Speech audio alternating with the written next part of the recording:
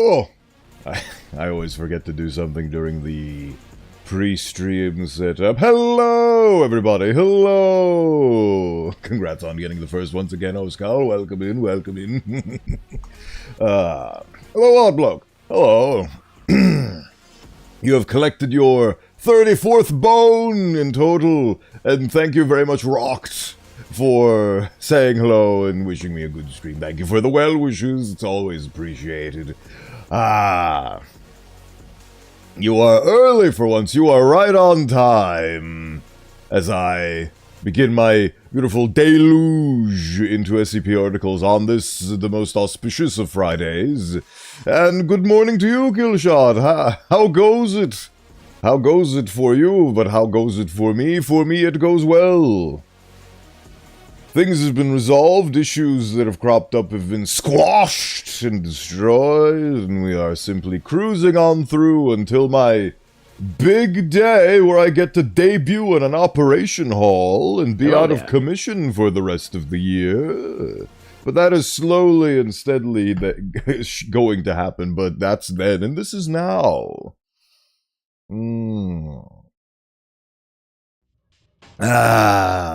Hydrated in your name. Vtuber no skull. Hello. Wait, hold on. Hello. Definitely gonna get... I'm already thinking of different designs for this mug. We will get new mug soon, but for now, old mug good.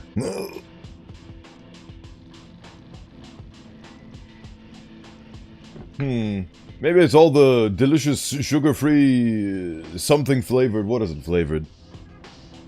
Bubblegum flavored chewing gum, which is weird. Anyway, I guess my filtered tap water has lost its taste somehow. I don't know. Things, things, beautiful things. You have been bested once more. Wait, what?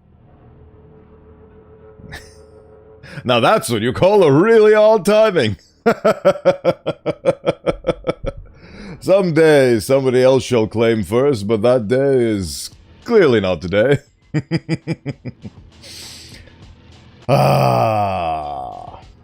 So, what have we got on the schedule for today?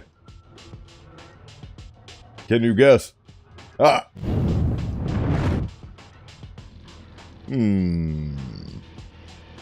This should be... there we go. Turn the lights on. We've got SCP articles for today. What have we got? 3925, 5339, which looks absolutely delightful. 4885, and 2273. I have no idea what we were on about last time, but...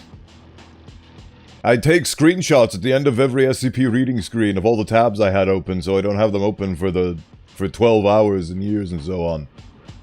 So these are the ones that I had pictured. So presumably these are what is left from last stream for reading. And that's what we'll be doing. Things are going quite well.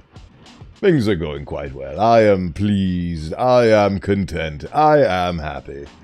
Have you read The Cyborg Girl yet? If you give me a number, I will put it on a tab and we can read that. I do not recall Cyborg Girls. I recall a girl that was made out of another SCP, which was ink, and she became a painting, trapped in the painting dimension that they created.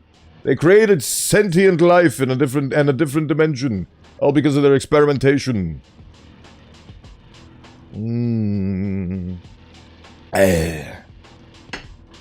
Delicious liquid nutrition.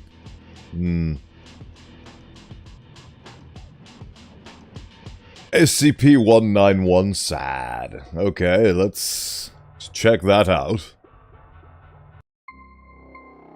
191. Yep, still haven't read this.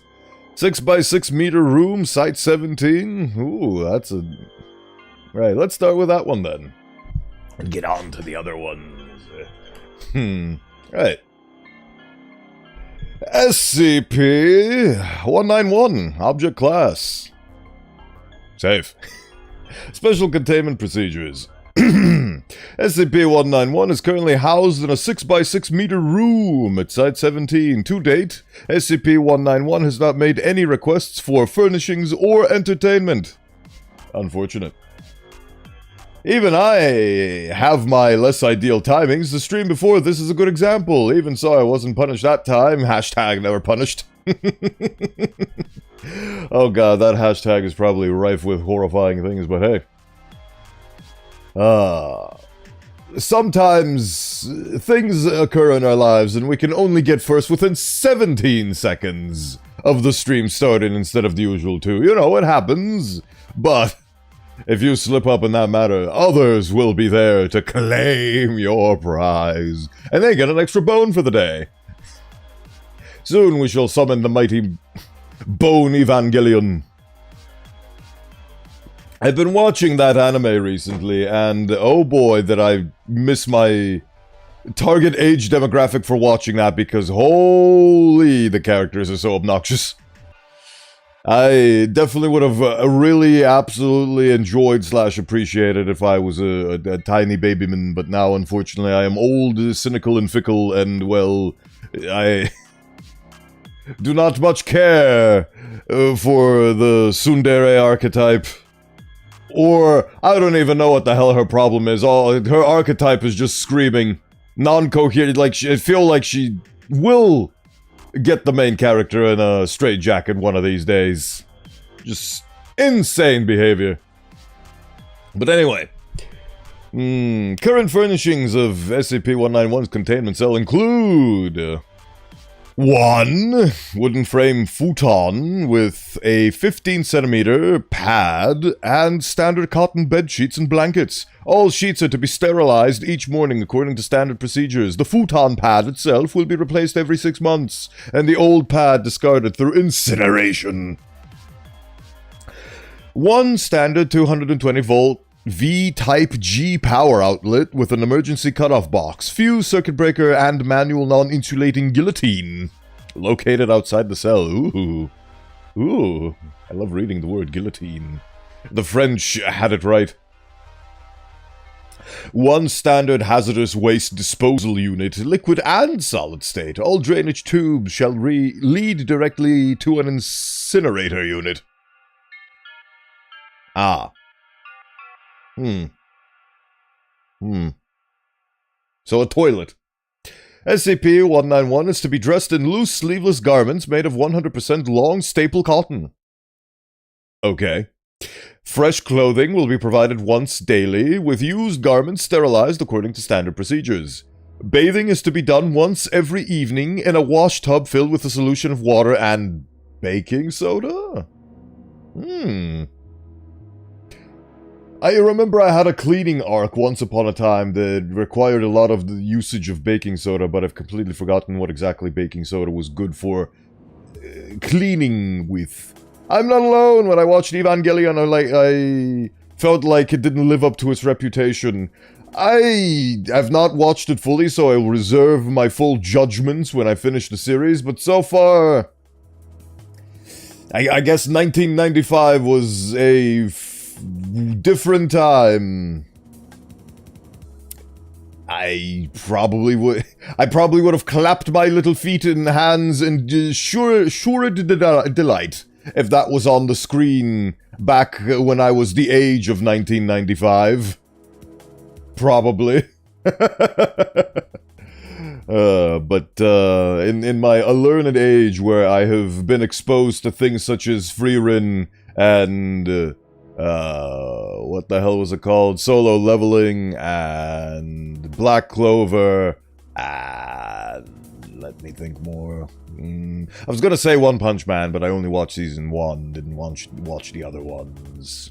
Ah, the Deltors have arrived! The Deltors too! They scream in what's synchronized delight. Welcome in, Deltor. Thank you for stopping by. I just went to grab my mug, unaware of the fact that I already grabbed it and was holding it in the other hand. That was a fun little...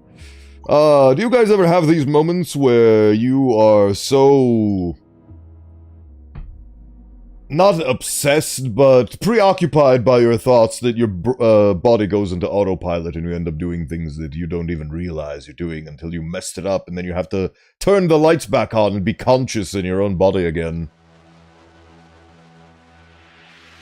I assume it was basically what led to all the modern stuff, so from modern lens it looks alright. Yeah, it's probably like the Half-Life 1 of anime. Nobody really appreciates what Half-Life 1 has to offer nowadays because it was made in 1998, and all of the things that were revolutionary for gaming at the time are now box standard and aren't really impressive anymore. So when I play Half-Life 1, I still find it amazing and impressive because not only do I have the context, but I have the rose-tinted goggles to go with it. As you well know, I did play the brutal Half-Life on this very channel. Much faster than last stream. 2 seconds if you want to know. Ha ha! The sheer delight of sharing your newly found current records. Quite long, fun story. SCP-8245, anywhere, anytime, you and me. Thank you for the recommendation, Den of God, and welcome in. Thank you for stopping by. I will put that on a tab. Let's see what we got. 8245. Ooh, one of the later numbers. Is that gonna be... Yep, it's gonna have a cool page. Sick. We have an exclusive 15-minute lock, still waiting for others. Editing this page. The lock expires in 98 seconds of inactivity. That is sexy, right? Anyway. Autopilot mode, the reason I threw my soup on my bed instead of on my phone. Okay, so... I'm not alone in this newfound age of the inability to remain conscious for boring tasks such as operating the air fryer and setting all the timings and all that. I kind of just white fog through it. And then don't realize that I accidentally may have forgotten something. Like, there was this one time where I set the air fryer, but I forgot to put the food in, so it was just air frying air. You need to go visit Soup. I'm at Soup. The soup store beckons thee, the odd bloke. It beckons thee well. I forgot to check, is the YouTube side of things alright? The YouTube side of things is alright. It is alright and functioning. Everything is good. People have been messaging on the YouTube side. I don't know why I needed that confirmation, but hey, short-term memory loss. I'm slowly losing what little sanity I had. Anyway. Baking soda. Feeding in the form of a sterile saline solution supplemented with vitamins, minerals, antibiotics, and a mild anesthetic. Shall be carried out twice a day via injection into a metallic tube located in the base of the neck. This reads like a combine soldier in a pretty dress. Bowen, if you are seeing white fog while making air fryer food, check to see if it's not Silent Hill. It's not a Silent Hill air fryer. I thought that joke was going, check to see if your house isn't accidentally on fire. The fun part I find about, like, my particular brand of air fryer is that it has a specific timer that shuts the machine off after a certain point of time, so the only risk you take while operating the machinery is that your food will inevitably get cold if you forget for it for hours upon hours after it is done. But other than that, you do not have the unfortunate circumstance of leaving the stove on and suddenly your pasta is set ablaze alongside your house. I know a streamer who had that unfortunate circumstance happen to them simply because they forgot that they were cooking food in that moment, and that is very unfortunate. But air fryers, they are oopsie-proof. From my experience thus far, I'm sure there's probably a way where you can mess up an air fryer.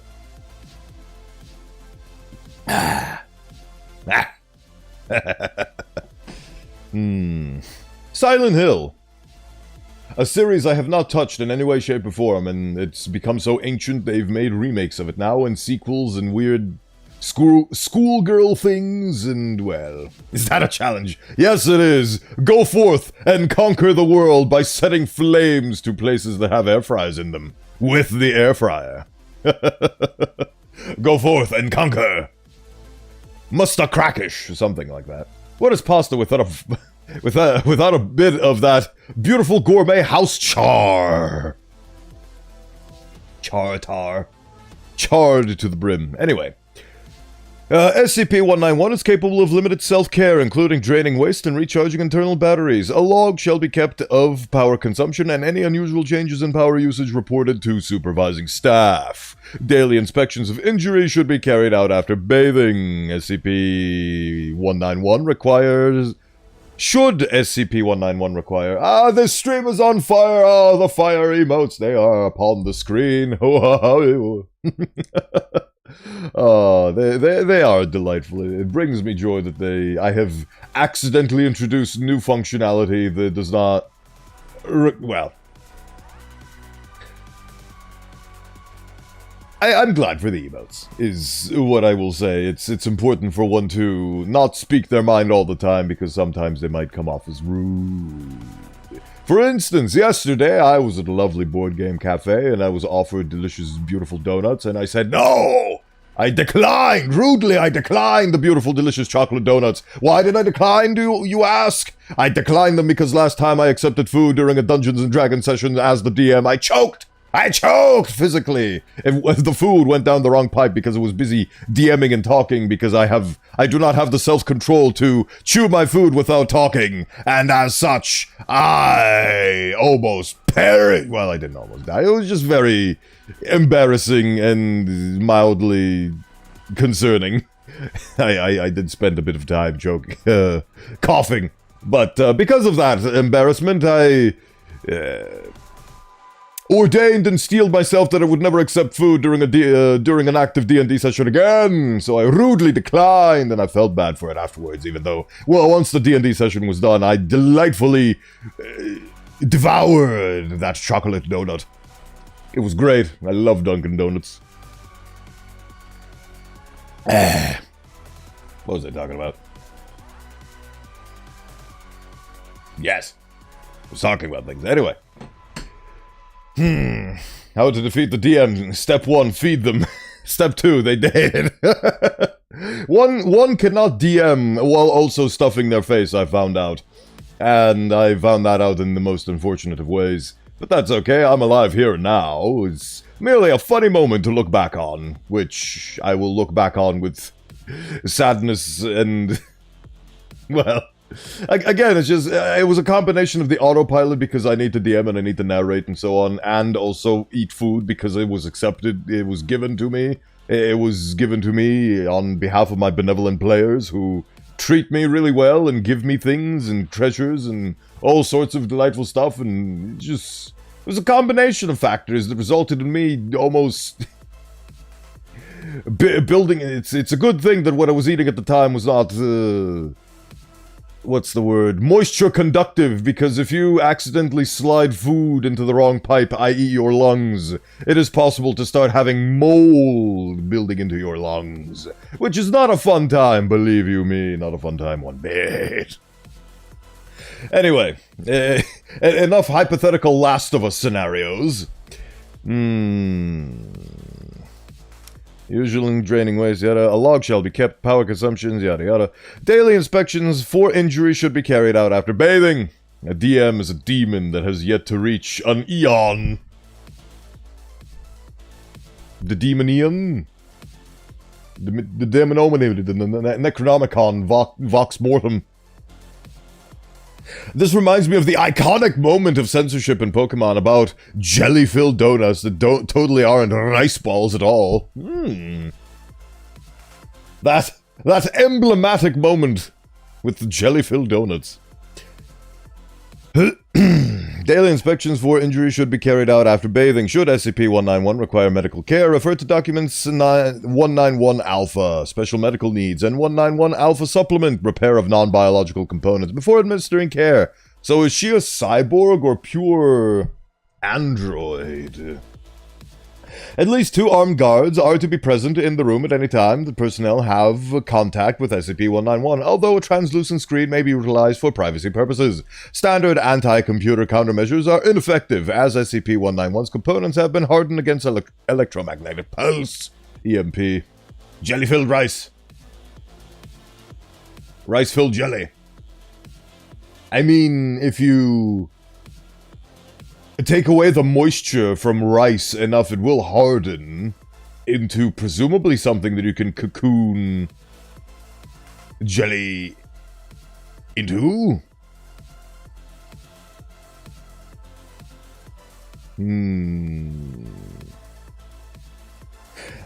Was that a censorship or a mistranslation? Sounds like mistranslation. Can you not fill the jelly with the rice? I'm not a cook, I'm a VTuber.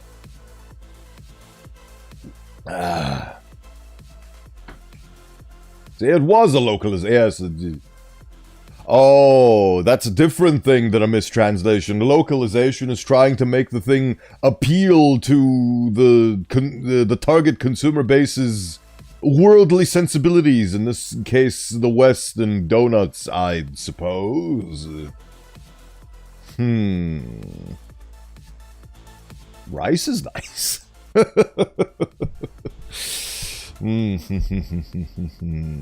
Intelligence. What is it? Do I have... No, I don't. Anyway. Skull's right, stupid Rezon, I bloody love rice. Skull's right, stupid, yeah. I suppose they were trying to be... I mean, I can understand it from the perspective that there's been a lot of media that I've consumed over the years that has been very much caked and steeped in certain cultural things that I did not understand because I was not of that culture, of that region.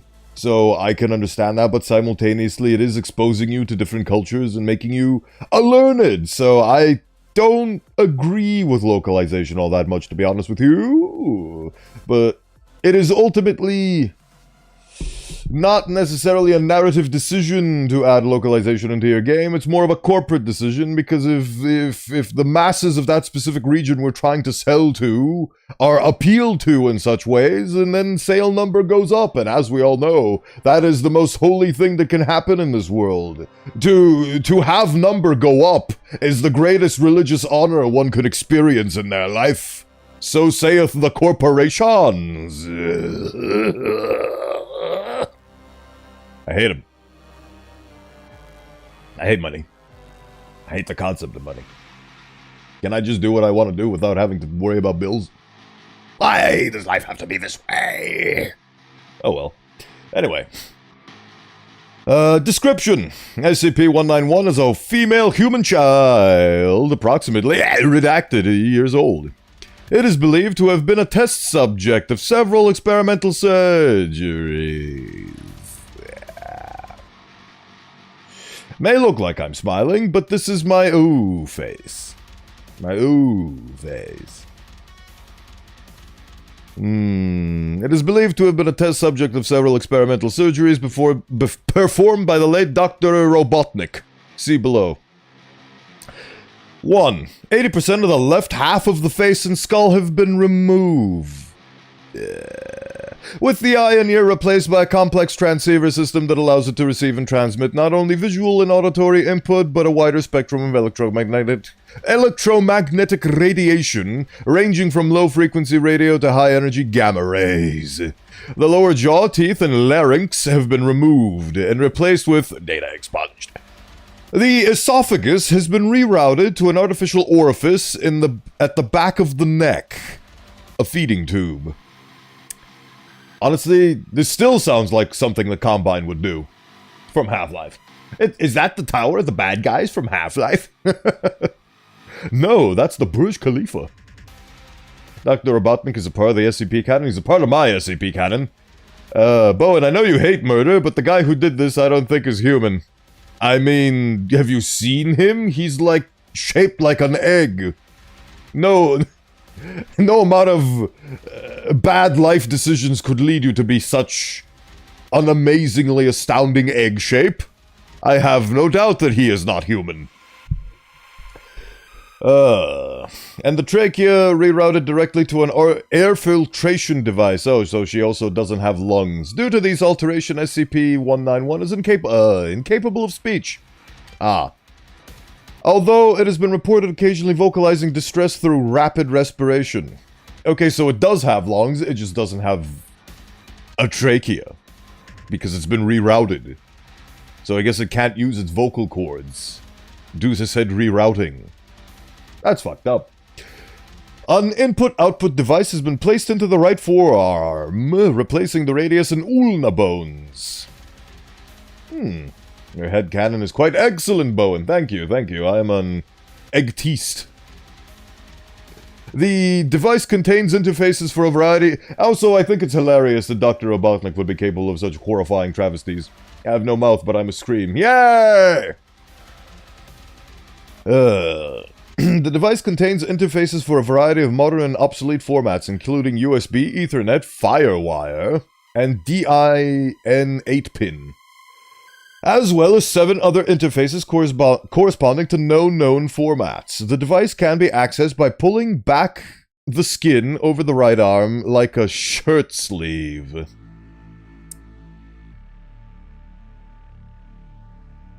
Cool, but why human child, though? Cool little toaster you've built, but why did you have to build it using a human child as your bench? Why though? If science, why human experimentation? Why? A 24-core processor array has been implanted in the brain, which translates input from all artificial components, essentially allowing... regrettably, this is a cyborg. Essentially allowing SCP-191 to read and write computer data without use of an external interface. Internal communication is carried out through fiber optic cables implanted through the glial cells and the entire nervous system. Damage to the brainstem and cerebellum due to the implantation procedures has severely damaged SCP-191's motor skills. Christ on a pogo stick. How the hell was this thing going to grow? It's a human child that's still developing. The right hand and right foreleg have been replaced with artificial components, consisting primarily of steel, carbon fiber, and an unknown polymer-like substance. I said in the title that hopefully I will encounter no more chairs because it was very sad for what the gawk did to that chair, but this is worse. This is already worse. The exposed areas of tissues are susceptible to injury and infection due to the damage of the spinothalamic tract. SCP-191 has reduced pain and temperature sensitivity in its limbs. Reconstructive surgery by Dr. was able to provide some relief, but regular doses of antibiotics and analgesics are still required. I was like, why are they giving her a daily dose of mild anesthetics? They should give her more mild... They should give her less mild anesthetics. Good God, this poor thing. Robotnik doesn't approve of his minions doing any snooping as usual. Oh boy, I chose a great one to start. Yeah, you absolutely did. This will definitely cake the rest of my day in a certain color. Number 5, data expunged. The lungs, heart, and major blood vessels have all been replaced with mechanical analogs. So, I guess growing pains aren't going to be that big of an issue, considering how much of the biologicals have been replaced with inorganics. It has been determined that this system would allow SCP-191's bodily system to be restarted after death, and may have actually data expunged. The digestive system has been completely reconfigured to the point where regular food intake is both unnecessary and dangerous. Waste is now disposed of via a drainage system located in the lower back, and consists of a thick, dark gray, viscous slime, consisting primarily of data expunged. Good, please, I don't want to read what her dookie is composed of specifically. The reproductive organs, uterus, ovaries, etc., have been removed and replaced with... According to his notes, this was done to provide extra space by removing non-vital components. Oh, according to Robotnik's notes. Cool, he even had a diary about this horrifying thing. Hormone therapy has been proposed to counteract the long-term effects of the missing glands.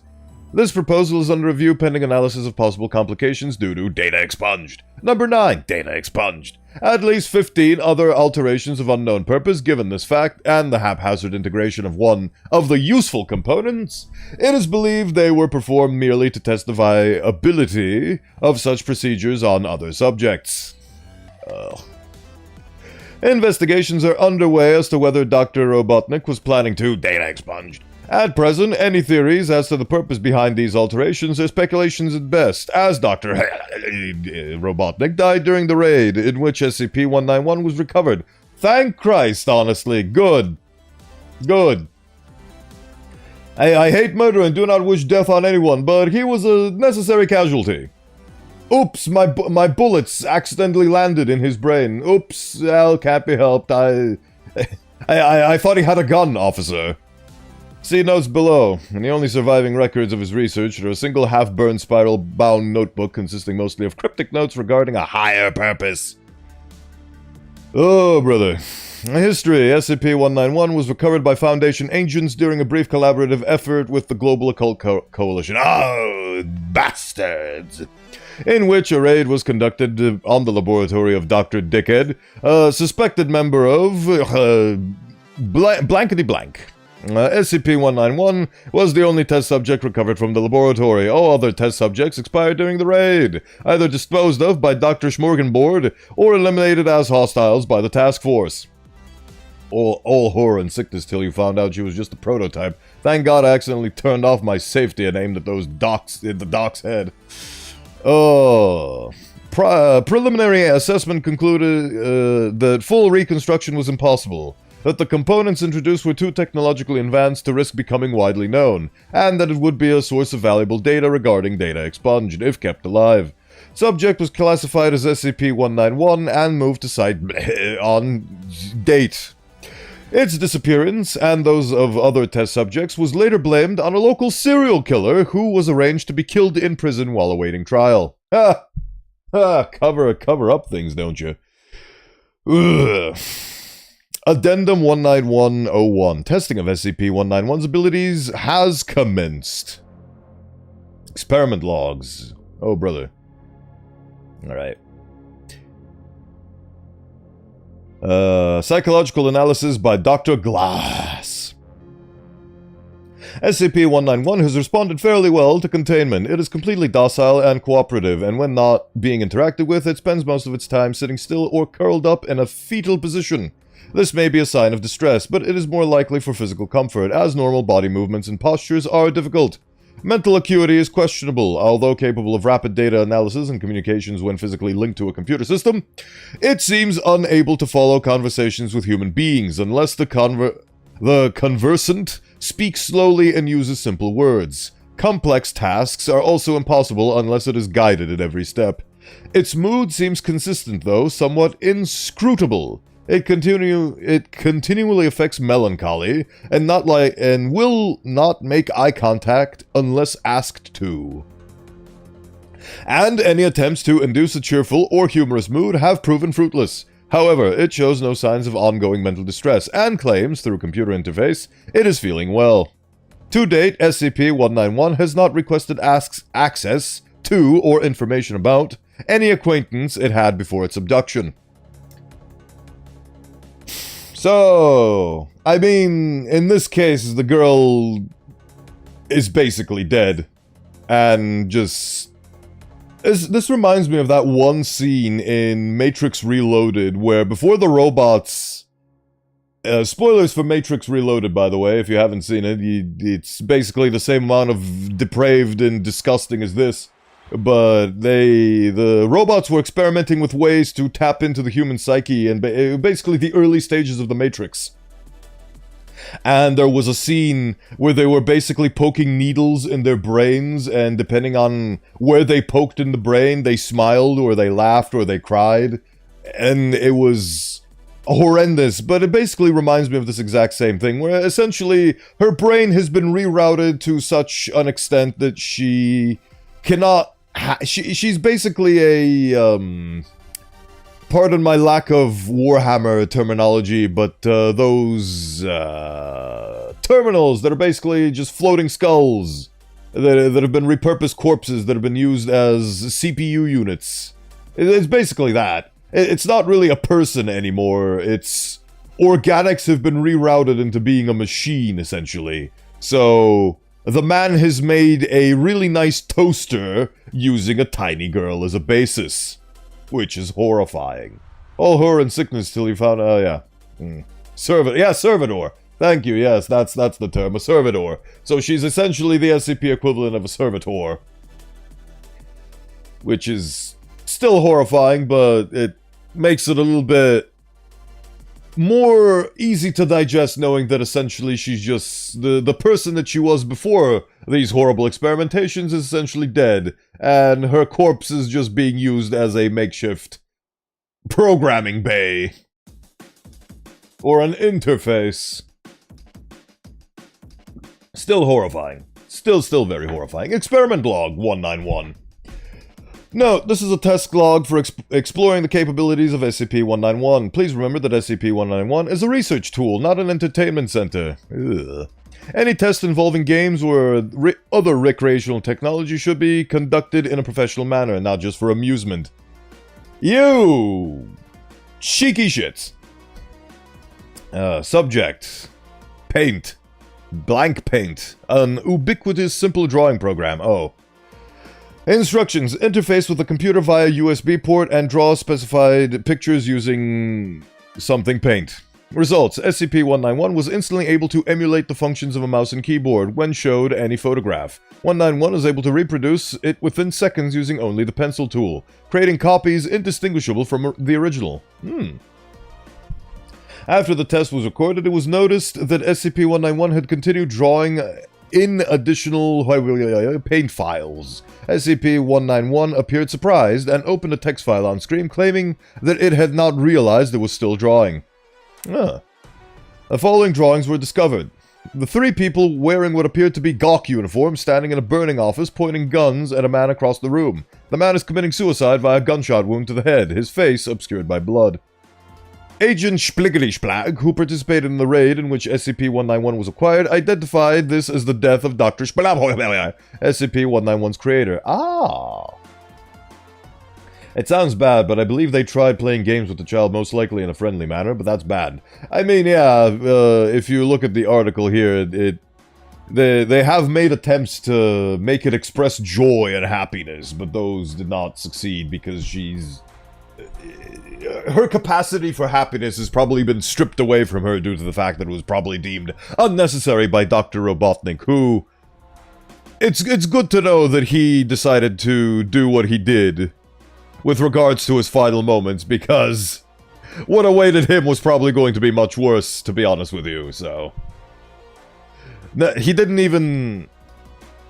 get killed by the agents raiding the compound. He took his own life. Because he was probably aware of what other people think of his experiments. And what they would do to him as a form of retaliation. It's not justified, like you can't do unto him what he did to this little girl, but it's still sickening.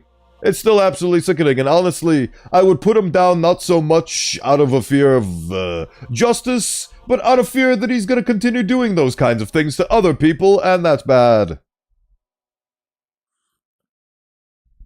Like, imagine what the non-prototype would have been like. An adult and child trick-or-treating. The child is a girl wearing makeup similar to that worn by Boris Karloff in Frankenstein. And the adult data expunged. SCP-191 was once again asked if it was really feeling well, and once again replied via text file that it was fine, and that the expunge didn't mean anything. Ooh, the video game. Call of Chernobyl, Pripyat. I don't know. Call of Duty, Modern Warfare 5. Instructions: attempt to emulate the functions of a Wiimote and play a video game. See, now that's an interesting experiment. Test began poorly as SCP-191's impaired motor skills caused it to snap the disc in two before it could place it into the console. Why? Okay. The part of the test should be actually playing the game, not having it insert the CD into the disc, you dang dirty... SCP-191 became distressed. It then stared at the disc, and the red light from its eye changed to green in a moment. Oh god, it has LEDs for eyes, oh boy. When Dr. Spliggity-Splorg returned with a fresh disc less than 2 minutes had passed, the game was already running on the machine. Dr. Halle inquired into how this had happened, and a message appeared on the screen saying, "I looked at the ones and the zeros, and I loaded those in. I'm sorry, I know I'm not supposed to do it this way, but I didn't want you to waste a disk. Please don't be angry." Oh god, she still has a bit of humanity in her. SCP-191 still seemed fearful of reprimand, even after being reassured that it was doing excellently. Oh, poor thing. SCP-191 made a perfect run-through of the game, despite the fact that it did not make any physical movements consistent with Wii controls. Oh, so it was basically, instead of using the controller to have the inputs occur in the game, it was basically directly having the inputs happen. That's... yeah. Very, very cool. Ugh. It's like... We joke about RimWorld and how we make lovely lamps and upholstery out of human faces, but at least the humans that donated their faces were killed in combat and so on and so forth. Like, all of the resources for human leather come of their own volition as raiders trying to steal my shit, and their comeuppance happens, and it feels a lot more humane than this. Because this little girl wasn't a part of a raid on a compound. This little girl was presumably abducted during Halloween. Subject. Blinkety blankety blunkety blank. A well-known video effects program. A 40-second video file from a security camera located in the employee cafeteria. Instructions. Perform a series of video enhancement techniques used by forensic detectives on the popular television drama CSI. Techniques that cannot actually be done in reality. Oh my god, they actually made SCP-191 try to do ridiculous editing zoom-in effects the CSI is famous for doing, which are just absolute gobbledygook. Zoom and enhance. SCP-191 was instructed to zoom in on the window over the parking lot and render the license plates on the cars, which were illegible from this distance. The actual license plates have been photographed for reference. Enhance! Uncrop. SCP-191 was asked to shrink a video by 100 pixels on every side and fill in the blank space with what it believed to be the rest of the cafeteria, what the rest of the cafeteria looked like. Again, data was not actually available in the video. Rotate camera. SCP-191 was informed of the exact location and angle of the other security camera in the cafeteria and asked to render the scene as viewed from that angle, filling in the parts the current camera did not see. The actual footage from the second camera was requisitioned and held for reference. Result. SCP-191 could not understand the instructions at first. Dr. had to provide a lengthy explanation and then stand behind SCP-191 and give it instructions one step at a time. It was several minutes before the test could even begin. However, once SCP-191 actually got started, the videos and frames were finished in less than 7 minutes, of which at least 3 were spent watching the rendering process bar. Dude, what weird SCP dog monster she around me and my house in Las Vegas, she crazy. I agree, Gabby, I agree. Thank you for stopping by. Huh. Hard to believe, but yeah, you can take her home or too late, because yeah, absolutely. Absolutely. It's weird how my text screen makes names appear differently for some reason. I don't understand why or how, but it is what it is. Anyway. However, right. Zoom and enhance test. 191 successfully rendered close-ups of the license plates, complete with photorealistic scratches and dents. However, the plates were found to not match the license plates on the vehicles. 191 typed, "The data wasn't there, so I had to guess." Ah. The actual license plates were yada yada yada yada yada yada yada. The license plate generated by SCP were I am 191. 191 ISA, 600 DMA, and Chi 930. I have no mouth and I must scream. Am. Uncrop. SCP-191 expanded the video canvas. She wants sexy time, all the...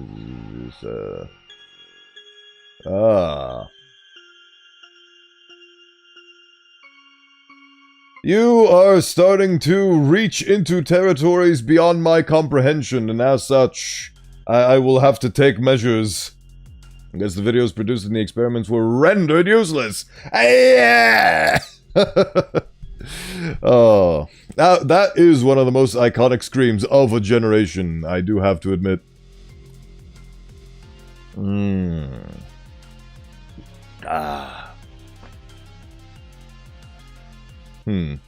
Anyway. Right. Alright. Uncrop tests. Expanded the video canvas and filling in what was in a blank space, rendering the extra image seamlessly. I can't blame I'm here to save some demons pain if they choose my program and stay and love me, but I think you're cute. My cute what? Gabby Ram, my cute what? Ah! I appreciate it.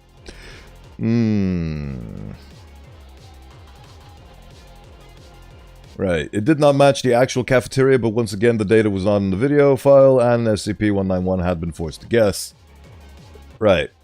A rotate camera test. The generated video matched the angle of the second camera perfectly, and almost everything visible from the angle of C1 matched the scene in C2 very closely. As before, places not visible were very different. Only one table only visible in C2 that had been seating redacted was now in generated video seating Dr. Helova and Agent Spiggity Boogity, the attending doctor and agent supervising 191, eating lunch and talking. A lip reader was brought in to decipher what Dr. and Agent Spiggity Boogity were saying in the simulation video. Data expunged. The real Dr. Spiggity Boogity became uncomfortable upon learning that SCP-191 had depicted her saying to Agent Spiggity Goo. The real agent, Hoobity Gobbity, declined to comment. Hello, it is going well, Luca. Thank you for stopping by. I'm reading SCP stuff about child toasters. Very unfortunate. Bowen's not your cute, Bowen's our cute streamer. This is the community's cute.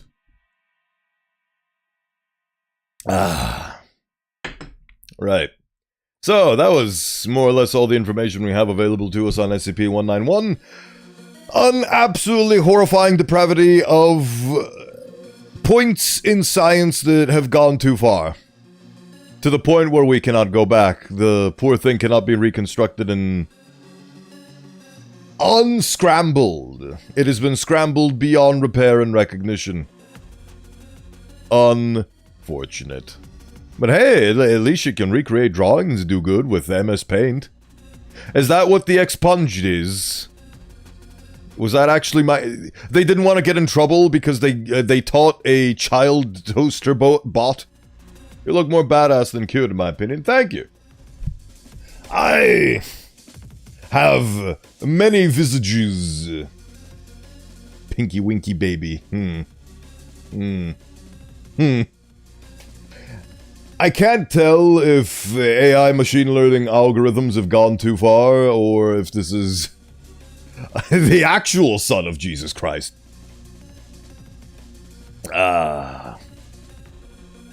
I do have a visage about me, though, don't I? The bone dolier is really, really cute, isn't it? The fact that I use bones as bullet-based projectiles is the funnest part about me.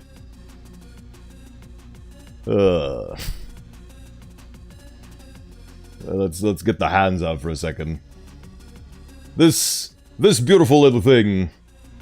This beautiful sword that is made out of the bones of my enemies. That is simply the cutest thing about me. Simply the cutest thing out there. Wrong button. There we go. Simply adorable. We should ask Jesus. The iconic character of Jesus. He'd probably fight with you over the moon. The O in Osteomancer stands for OO. That's why she trying to fall in love with me. She crazy. You You've gone back to devolving into random goobly-gobbledy. You called your avatar a vessel, does that mean you have other forms? I do! This is the form I choose to represent myself with, because... Osteomancy. And I wanted to have something that makes me feel a bit more human. Being a shapeless, faceless red blob would be not so good for my self-esteem, so I take the effort of actually using magic to appear like I'm lip-syncing. This is solid bone that is taking a lot of concentration to mimic lip-syncing with. So, you know. Right, where were we? That is SCP-191. Absolutely horrifying, and I have lost what little faith in humanity I had left. Right. SCP-3925. Object Class Keter. Have I read this before? Yes, I have. Yes, I have. Yes, I have. This is the iconic Infinity paperwork. Good for you. My form is quite malleable, too. Neat.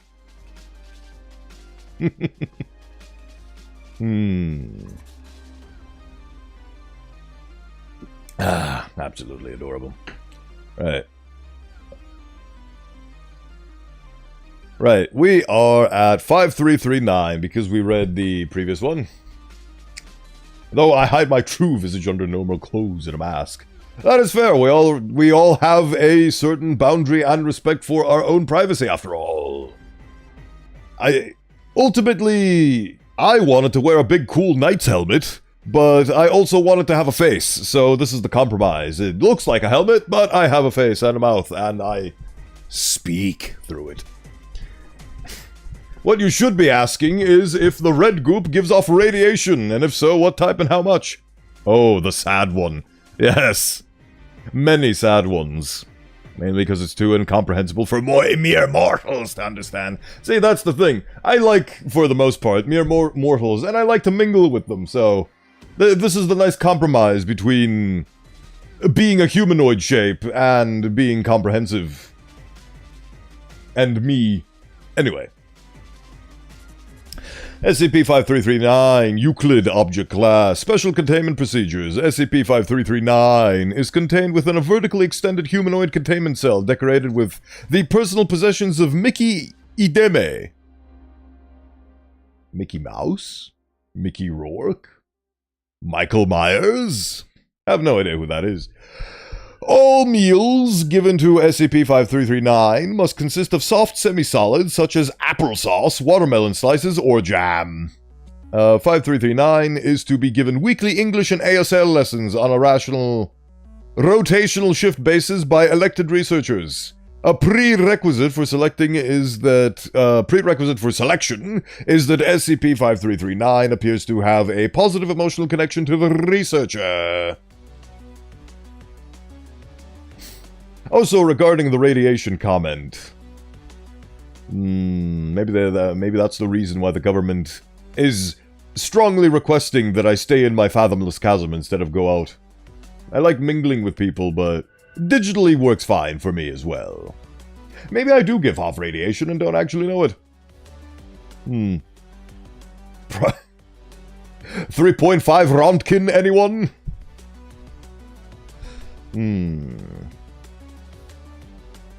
Description. SCP-5339 is a 3-meter-tall tripodal organism whose cranium features a pair of 6-centimeter wide eyes.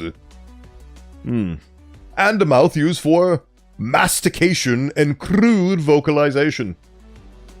Magical radiation. Or they fear you taking over. I mean, I am slowly building an army of bone. I am slowly amassing the one resource that I have full telekinetic control over. So, you know, when the time comes, maybe it'll be too late for the institutions to overthrow me. Good times. Do you need sustenance, or are you a self-sustained entity? I don't need any of that, considering I exist outside of fiction. I don't. I have... Have you ever played Soma? One of the loveliest horror games of all time. And in that, it basically had the notion that that beings that believe themselves to be human basically have a brain, trick them into having all the sensations of a human. So I feel hunger, the need for sustenance, nutrition, and all that, but I don't actually need it. I could exist for days, months, weeks, years without any of that stuff. Yeah, a good game, would recommend. Lovely, lovely game, but yes. Basically, point being is that I'm self-sustaining, but I do enjoy cosplaying as a human, because I do enjoy humanity, and this whole VTuber journey was all about basically learning to be more in touch with feelings and be more of a person in the eyes of others, so ultimately, it is a thing that I partake in of my own free volition, not because I need to. For they have bones, and you control bone, you are innately capable of being their god. See, that's the thing, is that the lovely fleshy bits and muscles and things that cover the bones kind of work as an insulator against my power, so I still can control people and hoist them around like meat puppets on a bloodbender. It's a bit more difficult than straight up clear, unfettered skeletons. Anyway. Hello, fellow humans. In some way, one would say, hello, fellow kids. Yes, I've got the skateboard and the backwards cap on and everything. I don't want to deny what I am, which is an osteomorph, or a magical abomination, as the initial passport identification stated before I got the new one. But I do like to hang out with the people. We can accept each other with our weird differences. I talk through bones. Doesn't mean that you have to treat me like a horrifying monstrosity that might steal your skeleton. Just because I could doesn't mean that I will. I'm a neutral entity. More specifically, I exist in a trans-fictional realm that I dubbed the Canvas, due to it being a spaceless, timeless white void. Ah, you remind me of an SCP we actually read about that was created using anomalous ink, and essentially the SCP Foundation essentially created a pocket dimension inside a canvas with a ink-based sentient entity living inside of it. Fun stuff. Fun stuff. The flesh god shields them. Oh, that dang dirty flesh god always getting in my way. Bone is strongest when it is untethered from the weakness of the flesh. Ah, damn. Do be like that. I forget what the number is of that SCP article, but it is somewhere in my VODs. Anyway. 3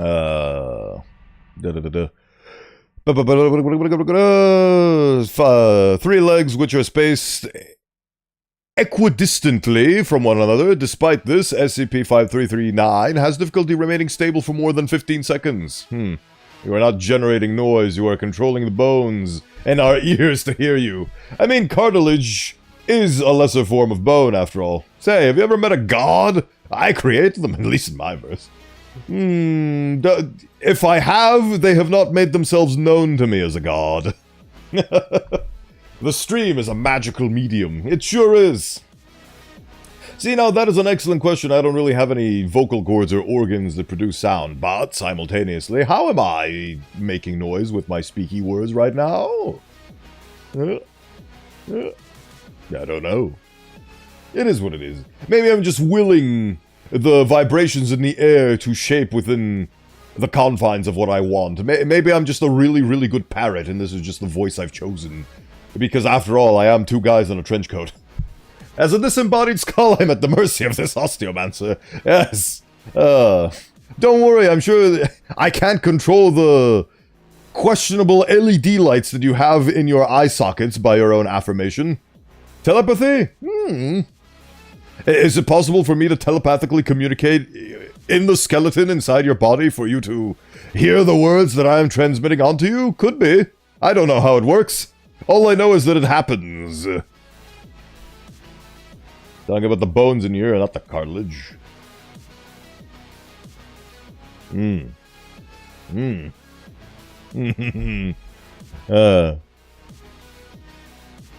Fair enough.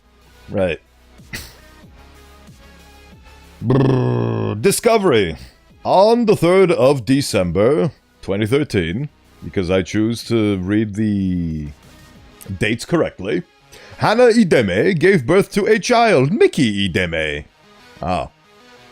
Who had developed an accessory arm underneath his left pectoral during the late stages of Mrs. Ideme's pregnancy. Mickey Ideme was born in St. Raymond Nonatus Hospital with expected complications. Although Mickey and Hannah Ideme both recovered with a reasonable time period, 1 year after Mickey Ideme's birth, he disappeared due to unknown circumstances while on vacation with Mrs. Ideme. Upon returning to her place of residence, Mrs. Ideme located SCP-5339 in Mickey Ideme's room.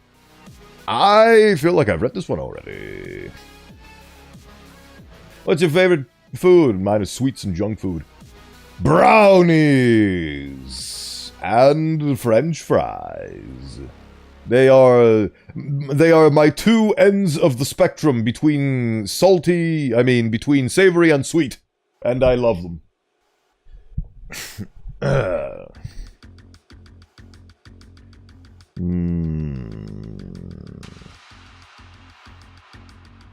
In order to determine how SCP-5339 relates to Mickey Ideme, a variety of tests were conducted. Nice. Thanks!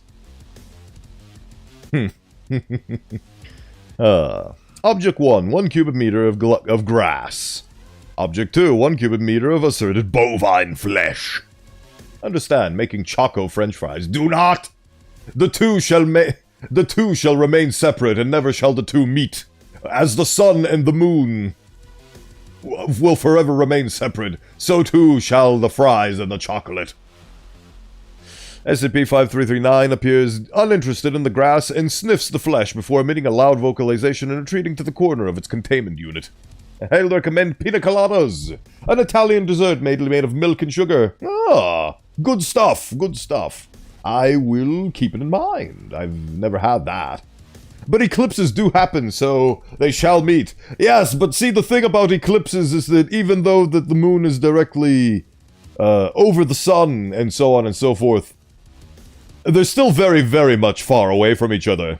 Vast distances, so it is a form of meeting, I will give you that. I'm pretty sure that any contract I make with entities such as Gaunter Odim, I will absolutely be screwed. I am not very privy to the details, and things like, I'll collect your soul when we meet on the moon. And then he reveals a mural of me standing on the moon, technically fulfilling the contract. That shit would absolutely destroy me. Would you call it pina colada? It's panna cotta. Oh, sorry.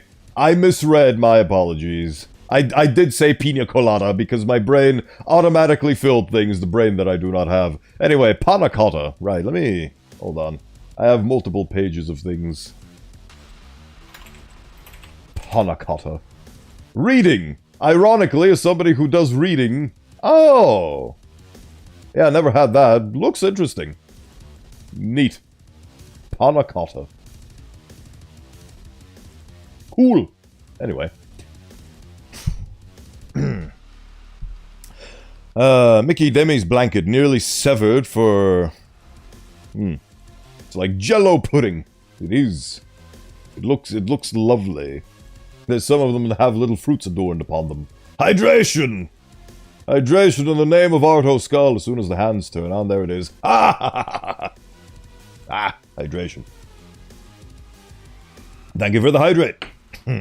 When you stand on the moon, but little did you know the moon is just bits of the Earth in space, and the Earth is a big bit of the Earth in space. That is true. Technically speaking, since the moon came of the Earth, standing anywhere on the Earth is also technically standing on the moon, and vice versa. I do appreciate Odim's flair for the dramatic to have it be a mural of the moon itself, so it's even more on the nose. So... it's not really a trick when you think about it. Honestly... like, the devil loves to mess with people, but he is very fair and he does not cheat. He honestly could have gotten the guy on the technicality that the Earth and the Moon are technically of the same origin and entity. But he didn't. He decided to do the funny mural bit, and that was hilarious. Did you see my magic trick? I made the mug disappear. Ha! Not only am I an Osteomancer, but I'm also a magician. Right. Undamaged blanket. 5339 moves towards the nearly torn blanket, and successfully tears it down the center with one of its legs and its jaw. SCP-5339 places one half of its blanket over its head and the other half underneath itself. Framed photograph of Hannah Ideme. A tattered photograph of Will Ideme, Mrs. Ideme's husband, who expired 1 year previously.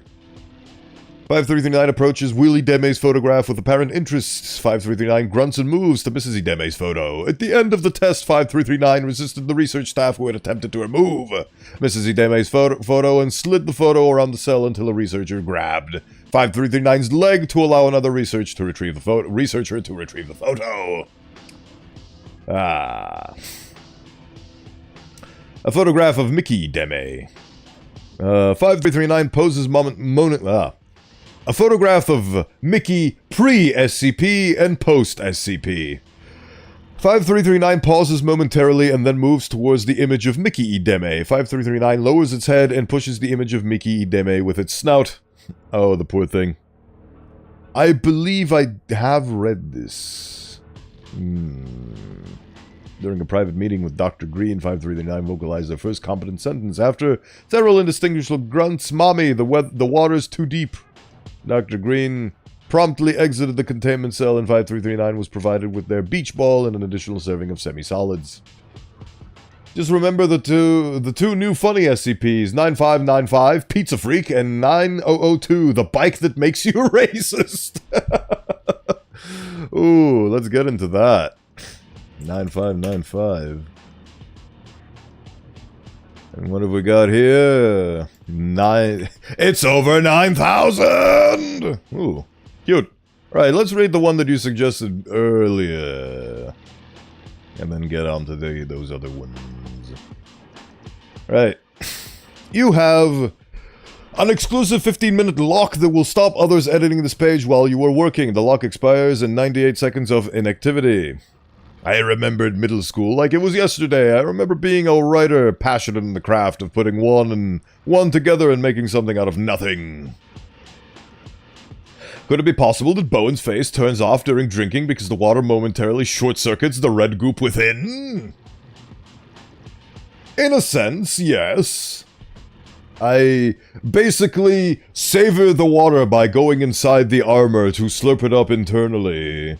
But I'm so spooky fast, you don't see me moving inside the armored coffin. Do I use some sort of organic bone to fire those bone shards on my chest? I do not. If I had a gun, it would be entirely cosmetic. And I could fill it up with bullets and basically pretend like I'm shooting the gun.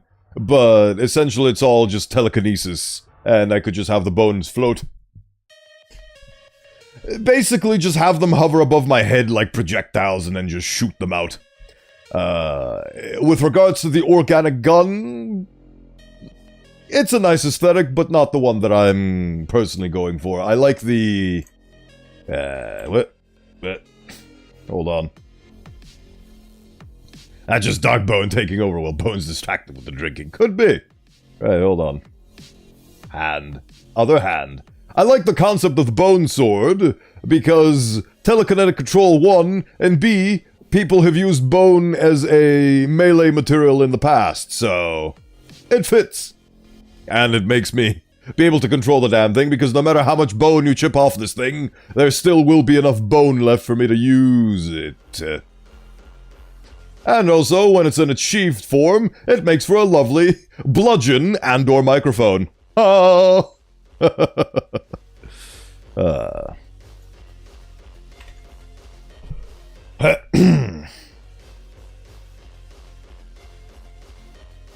Really need to remember what the buttons do nowadays. Anyway. I remembered eating pockets of worlds in my head, sculpting characters from my imagination, and telling tales of places far, far away for everyone to hear, well, for my tea party of critters to hear. The day we met Wasn't like any other story, though. Clouds crossed the ocean skies, but the blue still persisted. No one else was in the classroom besides you and me, engaged in a life outside of our own. Mine had hints of ink in sheets, while yours had canvases bearing pastel hues. It was recess time, everyone else had already left. Apart from Apart from bone, do you have any other form of telekinesis at your disposal, like metal, water, etc.? Well, see, I've yet to specifically determine the exact compound that I have under telekinetic control, but for the time being, all I know is that bone responds quite well to me, and I haven't really tried with anything else, so I kind of tend to stick to bone.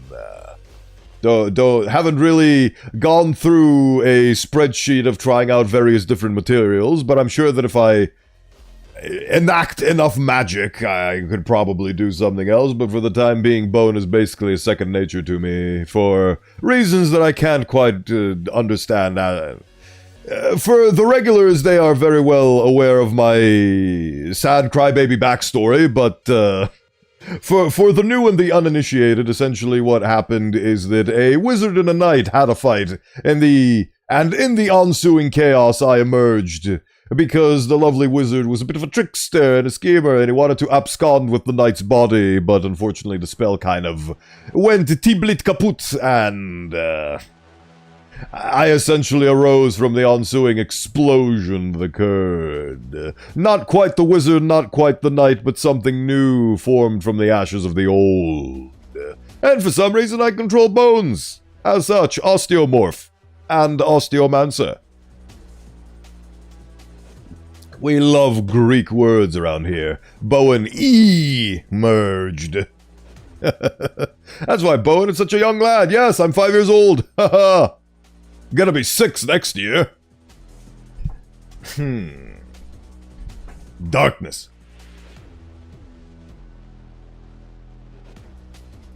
Hey, fun times. Anyway. The day we met wasn't like any other. Clouds crossed the ocean skies, but the blue still persisted. No one else was in the classroom besides you and me, engaged in a life outside our own. Mine had hints of ink in sheets, while yours had canvases bearing pastel hues. I already read this paragraph! Damn it. We haven't talked before, but glancing at the many pieces of eye candy staked on your desk piqued my interest. It was only a matter of time till I opened my mouth and kick-started the first of many memories. I got to see the beauty in your craftsmanship, the love in every stroke, the layers of detail, the honest-to-God effort you put in that fish painting, and smiled. Laugh, even. Oh, you're quite young. The concept of age doesn't really apply to me. Well, it is what it is. I tend to count my age since the moment I emerged from that fathomless chasm years ago. But ultimately, I feel like I'm a bit more developed than a 5-year-old human being, mentally speaking, or at least I'd like to think so.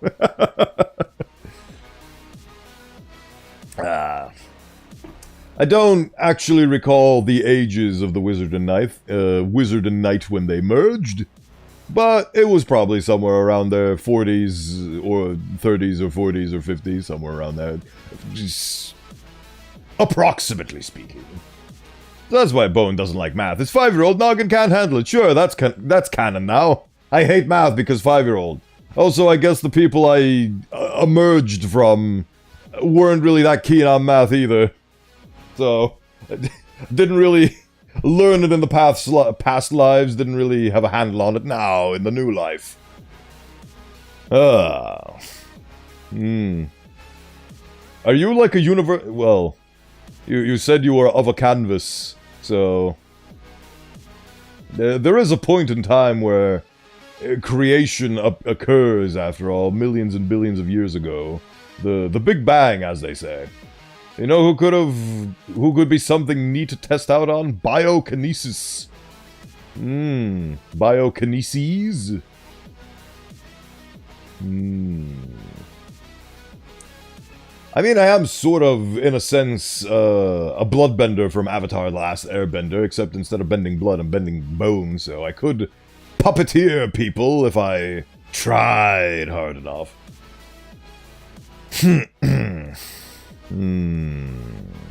Though I was probably laughing at the paint smothering your face, I remembered feeling thrilled. I remember hastily showcasing my works as well after keeping them to myself for the longest time. It can control people much more easily and even shape biological matter. Ugh. Like a sculptor with his clay. But, again, that's, like... There does come a point where one must reel in their own power, and, well, it's not an aesthetic that I'm happy with, so you had a question about my existence? Well, I mean, I was making sense out of the concept that time... what was it? The concept of age doesn't apply to you. So I was maybe thinking that you were perhaps like a... metaphorical constant like death or time. But I do believe that everything does have a beginning, and that's how I count my age. From my beginning, when I first lapsed into consciousness. When I first awoke, so to speak. Bowen existence defies math because 1 + 1 = 2, but 2 beings made only 1 Bowen. 1 × 1 = 1 on a bun. If you multiply 1 by 1, nope, those things are beneath me. Fair enough. Fair enough. I once designed a character that was basically a living cancer trying to look like a person they tried. Relatable.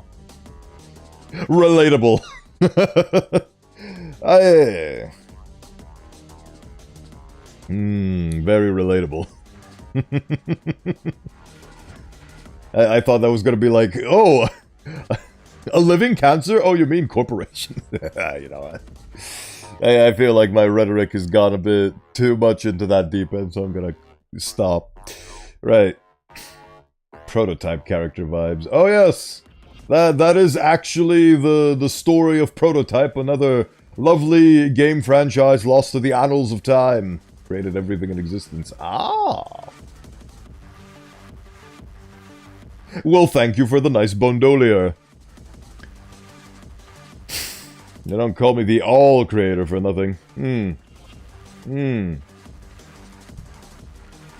reminds me of that one bit where, in the Marvel universe, the one above all decided to visit Peter Parker of all people, to convince him that being Spider-Man is good, because he's actually saved millions of people, and the lives of others have managed to progress thanks to Peter Parker / Spider-Man's intervention.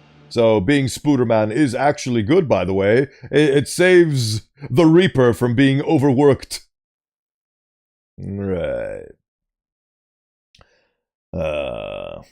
I remembered feeling thrilled. I remembered hastily showcasing my work as well after keeping them to myself for the longest time. Stories of my pet toys on a Wild West adventures with me and my adorable skunk Pete leading the gang. Skits of ruffian clowns on a getaway after stealing pies from the pie factory. I remembered a weight being lifted, finally finding someone I can share my love of the arts to. "We're artists!" I exclaimed. Artists like us can do anything, be anyone, go anywhere at any time, and no one can stop us. I don't know why I picked this voice for him, but it is what it is. You couldn't help but agree, despite how shy you tend to be. It's like you understood me, but you knew how beautiful it is to express yourself through a kaleidoscopic lens. Grim can be a bit overwhelmed at times, especially during wars and pandemics. Hardships and unfortunate circumstances that are in ways currently plaguing the society of Earth. What kind of pie? The pastry or the funny number? You're all about 3.14 yada yada yada, aren't you? What's worse than math? Expression of infinite numbers in the form of pi. What's the 57th digit of pi? Hell if I know, and I don't care.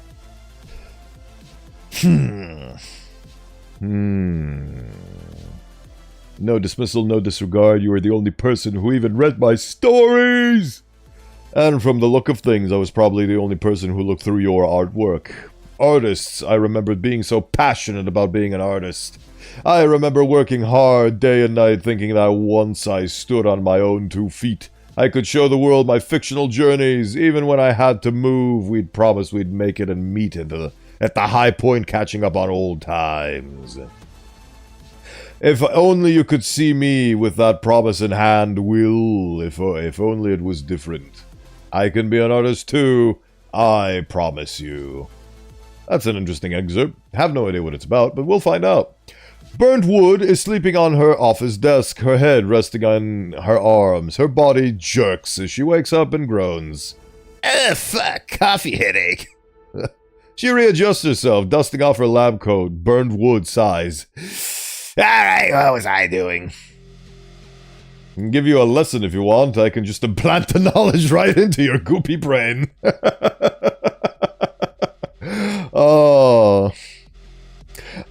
That reminds me of the scene from the Digital Circus where Kane just directly implants the tutorial of the latest shenanigan right into Jax's mind. That was a funny scene.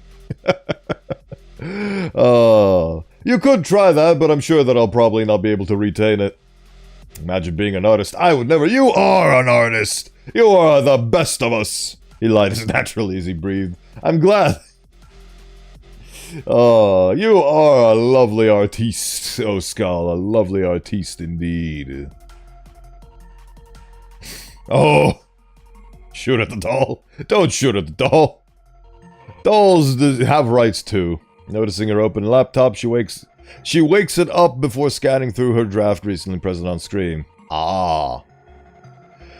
Containment Class, SCP-8245, Eki Danger Class. A bit of a cognito hazard.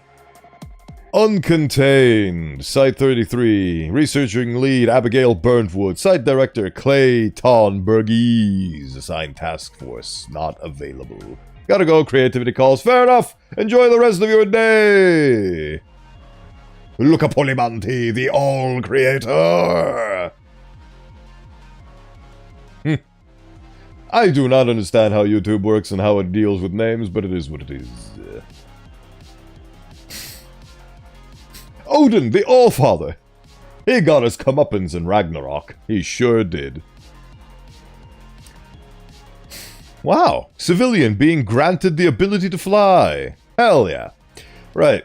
Fireworks sparked across the western half of the United States, reported to have rained from the clouds. Special containment procedures. At present, SCP-8245 remains uncontained. Efforts are mainly focused on swaying the general populace's awareness of its anomalous nature through the mass amnesticization. Amnesticization. I actually pronounced it correctly both times without... Disinformation campaigns and cover-up stories. Entities and objects created by SCP-8245 should be relocated to any nearby facility. Containment of SCP-8245 is pending as of writing. Description. SCP-8245 is William N. Knowles, an Asian-American male who possesses remarkably high levels of aspect radiation and Elon vital energy, Eve. Oh god, is that Akira! It's an Akira! Because of this, it is capable of performing ontokinesis and thaumaturgy with ease. Limitations to this have yet to be determined. It is an Akira. Among the many abilities of SCP-8245 has, notable examples of its effects include instantaneous teleportation of itself and entities it is aware of to potentially any location, manifestation of various objects, organisms and areas usually abnormal in nature, metamorphic capabilities, though the entity mostly utilizes this to change its clothing, and causing inanimate objects to gain sentience, primarily drawings, paintings, or any visual form of art. Ugh. Delightful. William N. Knowles. Huh. You can just make paintings become real. From its initial discovery, SCP-8245 has constantly made attempts to disrupt the Veil by frequenting public spaces worldwide and presenting its anomalous properties. Each time, it has fled capture from Foundation operatives, attempting to intervene, continuing its activities elsewhere instead. Due to its potential of instigating a BK-class broken masquerade scenario, the containment of SCP-8245 has been declared an alpha-level priority. Bowen, you know, one day when you check the forums, you'll see yourself as an SCP. I mean, that is a possibility in the future. Caught another one. Caught another one. Hello, Kingfish. Hello, welcome in.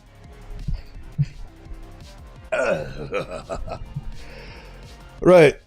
So, he's basically running around doing super magic tricks, and people don't like him because he's gonna break the veil that reality is of logic and science, and anomalies do not exist.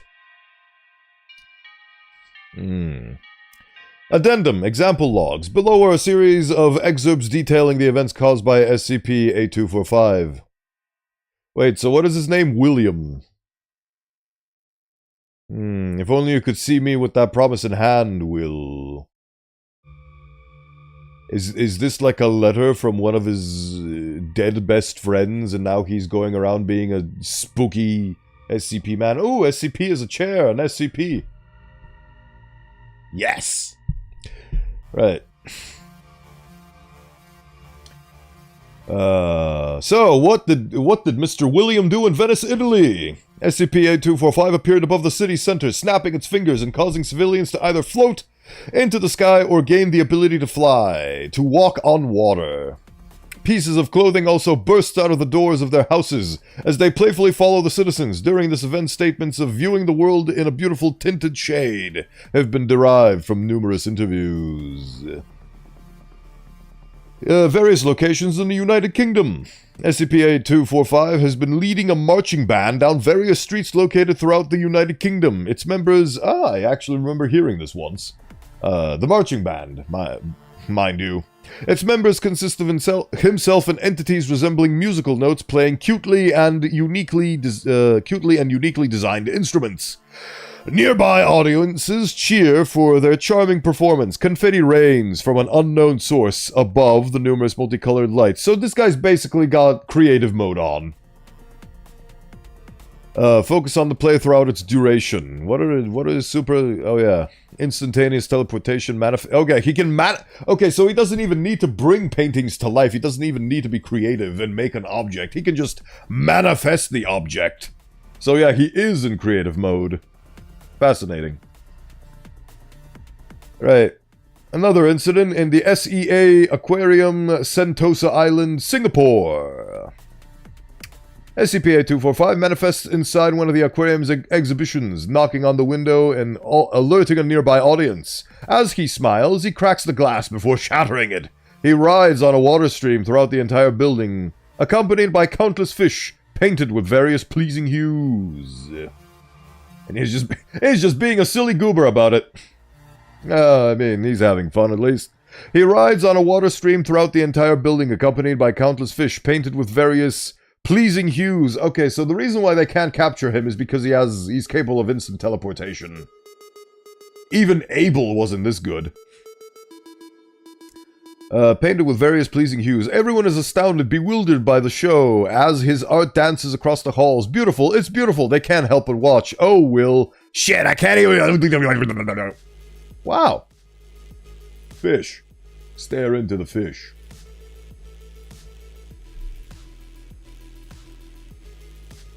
Okay, I'm back. Hey, look, fish. Yes, Kingfish, it is your subjects. Your subjects, gaze upon them, look at them, aren't they beautiful? Artist's recreation of the fish from Incident 36. You've come so far, why can't I just be like... Right. Burnwood turns her desk, blinking several times as she stares blankly at it. She is then startled by a sudden knock at the door across from her as Director Burgess enters the room. It's my knights! What are they doing there? They are preserving your honor, King of the 2324 fish. Miss Burnwood, I hope I'm not disturbing you. Director Burgess, oh no, you're not disturbing me at all. Is there something I can help you with?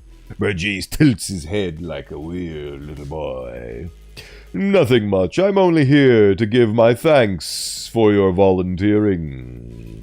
Volunteering? In researching the 8245 anomaly up close, I greatly appreciate your help in this. Considering the circumstances at hand, not many people are willing to take the responsibility of standing within proximity of a reality bender, let alone interviewing them. They're quite the unpredictable kind. Yeah, well, I'd figure such a situation would put much stress on anyone. I'd rather not have anyone else putting their life on the line, so... That's very commendable, Miss Burntwood. It's good to know we have people like you. Yeah, that's me, Miss Commendable, reporting for duty. Burntwood chuckles, followed by a brief silence. Well, you did seem rather eager to take the position during our initial encounter with the anomaly. I may be skeptical asking this, but did you have some other motive in mind back then? What? Is there any gestures, personal reason why you wanted to study this particular anomaly? Oh, no, I was just curious. Yeah, just curious. Nothing suspicious about me whatsoever. I've never had the opportunity to look at something like this firsthand. I'm sure it sounds odd to say, but it's the truth. Well, you know what they say about curiosity. Don't let that get to you, all right? Curiosity killed the cat, but something brought it back. Of course, sir. There's no need to worry. Is there anything else I should know about, or... Apart from the email I sent you, no. I'm sure you've already been briefed regarding your departure to 8245's current location, yes? Email? Oh, right, yeah. I'm aware. I already have everything prepared, ready to face this anomaly head-on. Perfect. You'll be out in 15. Don't be tardy. Please, anything beats sitting around all day. Well, where else would you rather be? Where else would I rather be? I don't want to be here. I'd rather go somewhere else. I'd rather be somewhere else. Playing pretend between the pages. Making voices. Oh, so I believe the reality bender himself has edited this article. Playing pretend between the pages, making voices only we can hear. Living life by the pen, I'd rather be there. I'd rather be anywhere. I'd rather be anywhere. I'd rather be anywhere! Part 1. Adorable.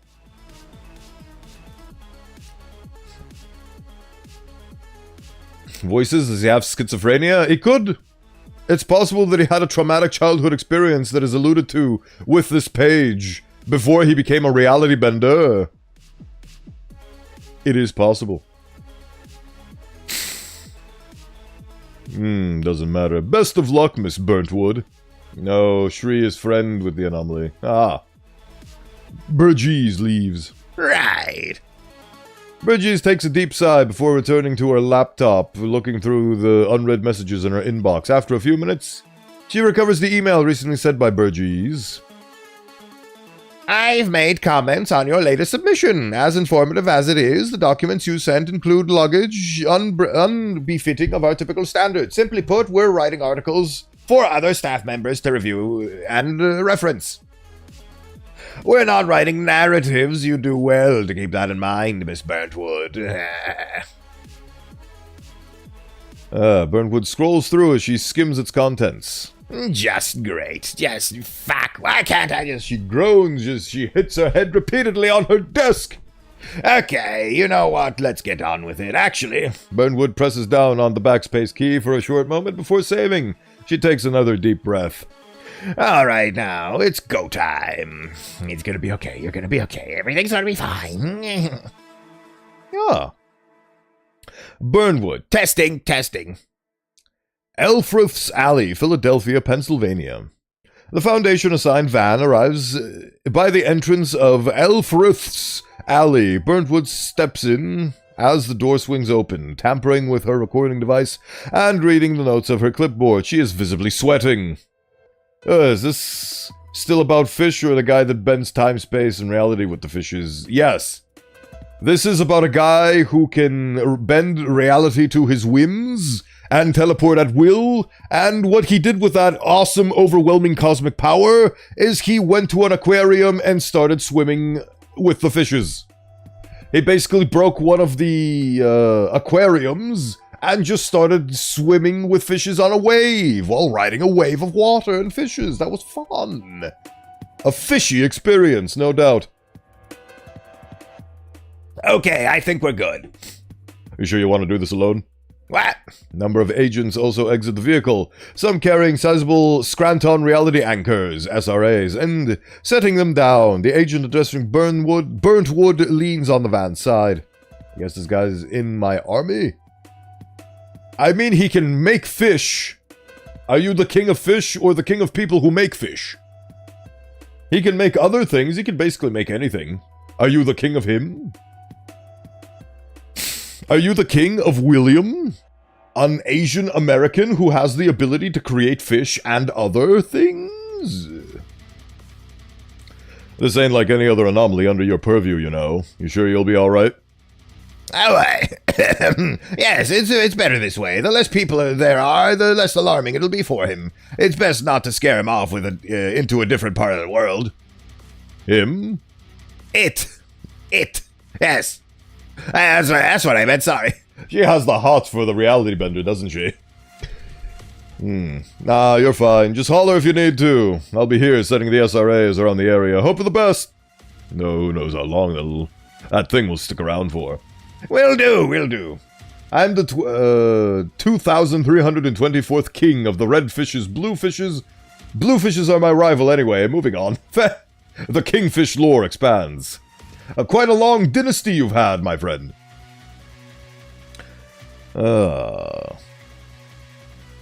Burnwood departs from the rest, taking deep breaths.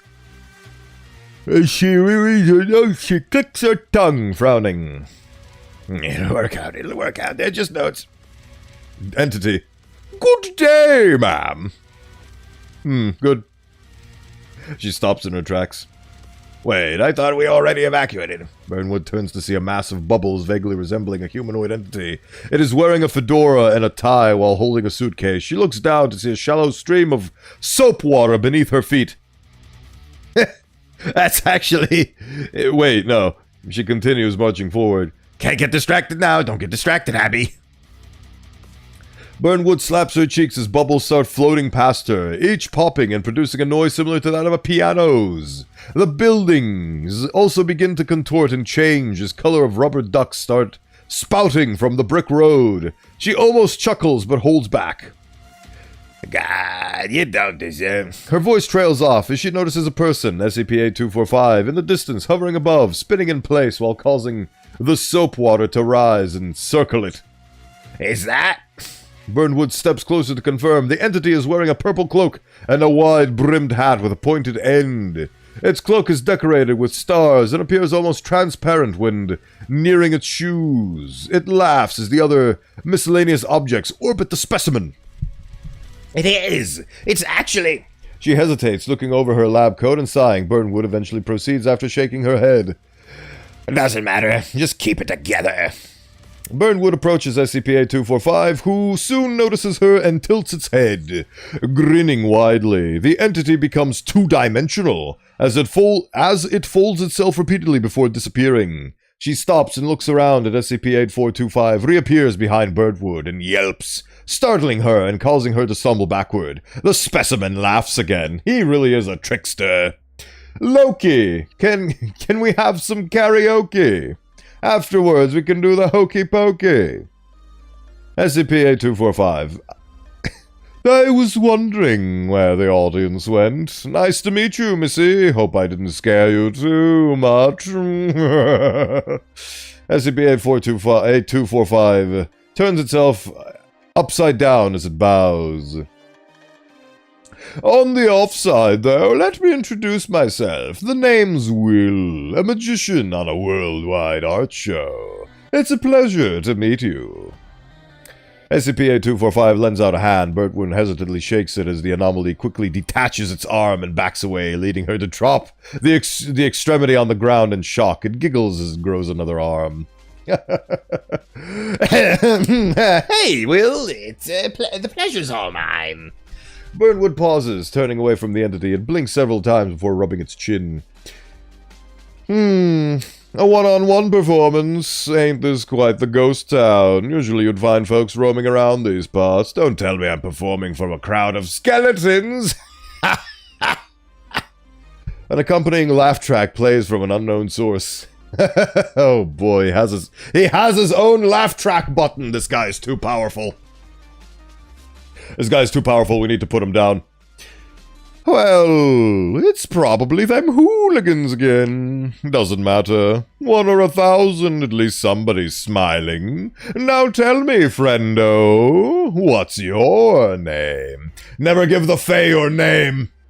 Laugh track, I think it was just, has a soundboard. He has a soundboard in his coat pocket. He has the ability to bend reality, but he still uses normal technology because it's just so dang convenient.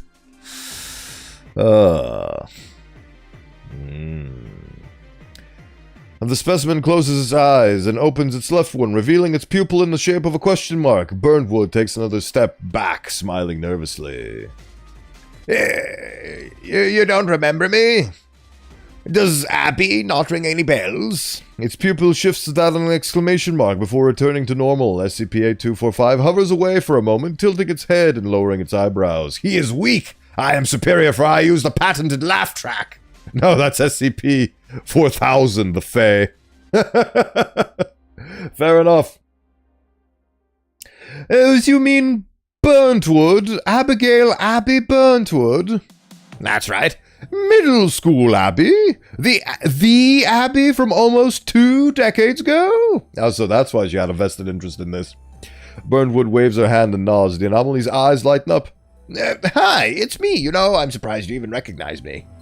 SCP-8245 screams excitedly, closing the distance and lifting Burntwood off the ground. The entity tosses her in the air over and over again, with her reaching increasingly higher heights to the point of leveling the clouds. She screams as well, though out of fear. SCP-8245 then catches Burnwood, hugging her tightly as she tries to recuperate. Beware my laugh track. It can isekai people.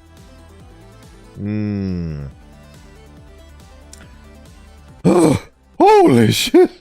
Well, I can't believe it. You're here. You're finally here. I knew I'd find you eventually. Yep, I'm here. Now put me down. Specimen sets her down, dusting her off. My apologies, missus. I'm just thrilled to see your face again. Funny gestures. Here you are. Here I am. The two of us are finally reunited. Yes, I'm glad you didn't forget me, Will. How could I? You're the only person I ever talked to. Now I get to talk to you again, and it's just so... 8245 raises his arm, shooting confetti from its wrists. Burnwood holds her breath, crossing her arms. The laugh track is a special SCP. Everything you can think of has probably been an SCP article at one point or another. I mean, radiation itself was classified as an SCP until science could explain it and declassified it as non-anomalous knowledge that the world could benefit from. It's great to see you after so long. Looks like you're sticking to your artistry. No kidding! I've taken the time to refine my craftsmanship, expand my palette in ways no artists have ever seen before. Oh, but I'm sure you already knew that, eh? It's hard not to notice. I mean, everything here so, it looks, bubbly. Entity chuckles, spinning backwards as it does so. Looks like you haven't lost your touch, Abby. Clever wordplay as always. Say, how are things looking on your end? What do you mean? Your tails, obviously. I'm sure you've made a name for yourself already. What with your mountainous amount of experience with the pen? Maybe you're also on a worldwide tour showcasing the beauty and the arts of literature. Am I right? Am I right? No, Oh, it's odd. I've been checking bookstores left and right, and I haven't heard any names even close to yours. Any troubles on the writing front? Burnwood looks back and turns to SCP-8245, again, holding her breath. I'm still working on my big debut. When you're sharing your works, it's best to start on the right foot, give them a fine first impression. Like me, look at this model. I spent months and months making it, and I hope it does a good first impression. Intimidation. The specimen squints at her. Does that make any sense? Momentary silence passes. Well, aren't you as admirable as always? Even now, you still persist with your creativity, your passion for the works. I'm sure whatever you're planning will rock the industry to its core. You really think so? Of course I do, of course. I wouldn't want it any other way. Just you and me sitting on top of the world and reminiscing on old times like we promised all those years ago. I've been meaning to know what you've been up to when you moved. I'm sure your skills have doubled, tripled, now quadrupled since the last time. Maybe I can even proofread your huge debut. It's all just notes on this guy. She gave up literature long ago and just became an SCP researcher. That's her backstory, isn't it? Maybe when I'm close to done. I don't know if you'd like it, though. I still have a lot to put together. I might not be as good as you say. Nonsense! What's with the imposter syndrome? The Abby I knew always showed off her stories whenever she got the chance. That was back then, Will. Nowadays, I prefer to keep things to myself. I'm not sure people would appreciate if I shoved a stack of papers in their faces. They might complain. They might dislike it. You've certainly grown more aware of your surroundings, that's for sure. I get it, though. Respecting that privacy and all that junk. I can't really complain about that. Burnwood stares at her feet. Sorry, Will. What are you apologizing for? Pause. I should probably go. I can see you're busy with your performance. Burnwood attempts to leave, but SCP-8245 grabs her arm. No, wait. It's been so long, Abby. Why are you suddenly packing up and leaving? Don't you want to spend some more time with me? She turns to the entity as it immediately retracts its hand. I don't want to push you or anything, but I've been waiting to show you how far I've come, all the artworks I've made, all the tricks I've learned. I want you to see them, personal performance just for you. Will. Burnwood ponders and looks back once again before sighing. To be honest, I'd love to take you up on your offer, Will. Sparkles appear surrounding the specimen's face. Really? But I've been very, very busy lately. Busy with a lot of things, a lot of writing and all. I'm sure you understand that. Maybe some other time. Maybe. Oh, come on, Abby. Welcome back. Come on, Abby. You can shave off a minute or two. Just take it as a little break from the pen and paper. Who knows? It could even bring in some inspiration, get you willing and ready to take on the world. You look like you need a break anyway. I don't. 8245 claps both its hands. Please. Well, no. Technically never left, considering I'm omnipresent. Yeah, of course there are things that occupy your the majority of your consciousness, so it is understandable. Omnipresence do be like that. I'm glad that I'm just present. Every moment is a gift. That's why we call it the present. Anomaly closes the distance as its eyes notably widen. Stars of various hues are present within its pupils. Burnt wood takes one last look behind herself before clicking her tongue and nodding. All right, fine. Just this once. SCP-8245 leaps backward, thrashing its limbs sporadically. Now that's what I'm talking about! Woohoo! Jeez, you can be so persistent sometimes. Okay, now, what about that performance? What tricks do you have up your sleeve this time? Right, of course. Right this way, ma'am. Right this way. The entity leads Burntwood to the front of a door of a residence. It is dark purple in color and heavily decorated with numerous stickers, hand-painted drawings, and other miscellaneous items. A faint string instrument can be heard from the other side. Burntwood is completely silent. Ever heard of Lythero? The YouTuber? Yes, I laughed a lot at some of his Dragon Ball Fighter Z compilations, and I have watched a bit of his Shadow the Hedgehog compilations. Lovely channel. I do enjoy a rousing round of friendship-based banter. Good stuff.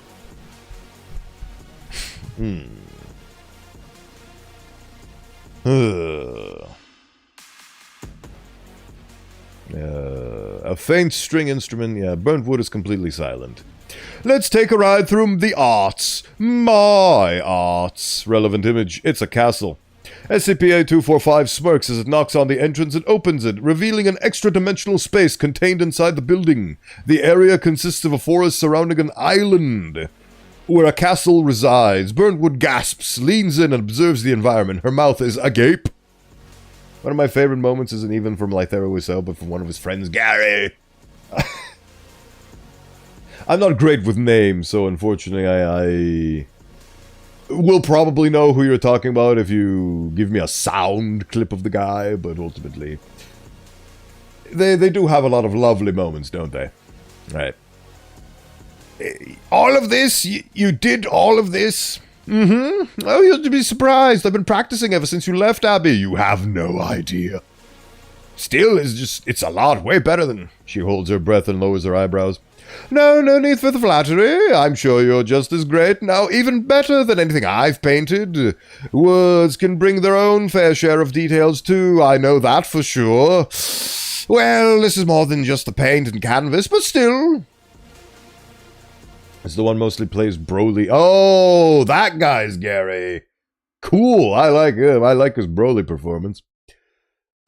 A moment of silence passes as burnt wood continues to view the open space. SCP-8245. Oh yeah, that actually reminds me, my favorite moment of that is when they actually get serious and beat that big old raid boss while they have the Tekken music. Something Shadow playing in the background. That was my favorite moment because it was such a cool moment and they screamed and probably crinkled their toes at how successful they are with the big raid or whatever that was. It was a lovely moment of triumph. I did enjoy that part.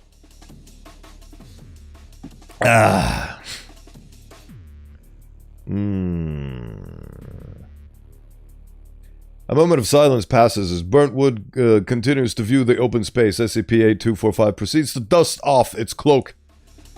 8245 clears the... Well, I think it's better to have a first-hand experience, don't you think? I'm sorry? Make sure you keep your arms and legs inside the ride at all times. Wait, what? SCP-8245 shoves Burntwood through the door, causing her to fall and scream. It stares at her as she does and shrugs. She does like to scream. The Shadow Raid boss... I think it was Ultra Instinct Goku. I don't remember. I remember there was Gary getting in some big clutch hits or something of such, while there was a Tekken original soundtrack song playing in the background. Legendary Spursy and Borley. Yes, that, the legendary... my favorite Dragon Ball character is the legendary Spruce and Borley. It actually inspired me to pick up Dragon Ball Fighter Z for a bit. Hold on, other page. Wait. How much hours do I have in that fighter?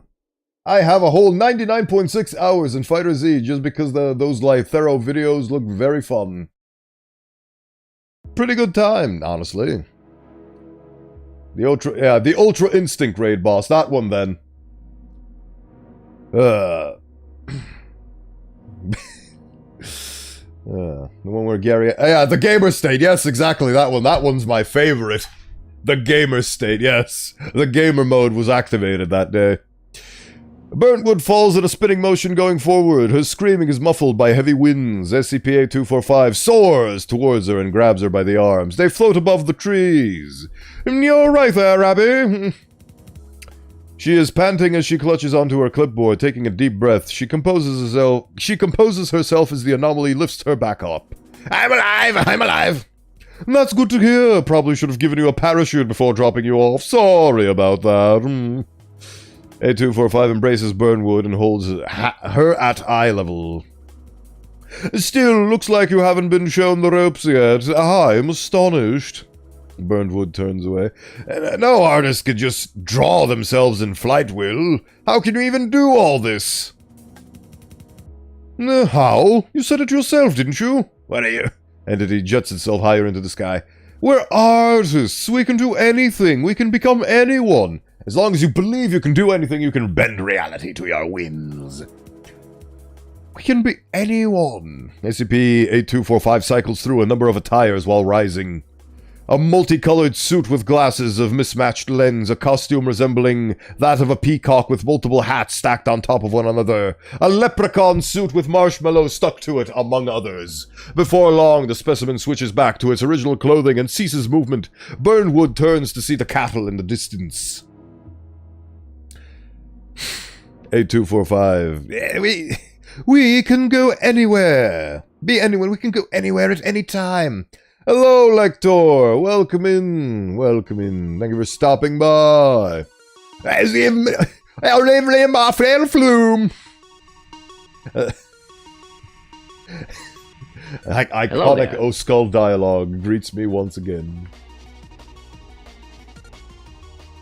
Did I hear the hello? The hello should have sounded. I didn't hear it. Was it audible? Was it audible on your end? Hello, regardless. I want to try something.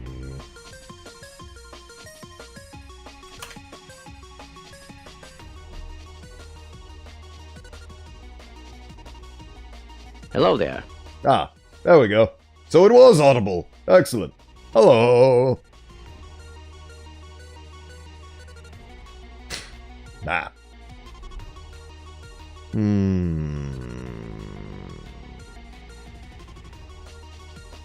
She notices civilians within the castle's borders. If I wanted to fly, I could take a brush and paint a step into. Paint a step into the clouds.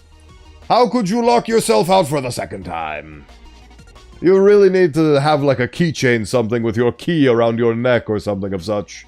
I know I never leave my abode without locking up the old fathomless chasm beforehand. I mean, if it's a genuine problem that you've managed to succumb to twice, you should take actual measures. No judgment or shame in it. It's a problem, and you should seek a solution to it. There's no shame in locking yourself out of your own house twice. People are forgetful. Things happen, after all. Nah.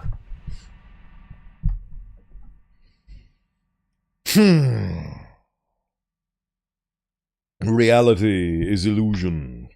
You know who said that? Albert Einstein. When he was playing Enigma in Dota 2. Or was it Enigma? I don't remember anymore. Time passes, and yet the memories do not fade.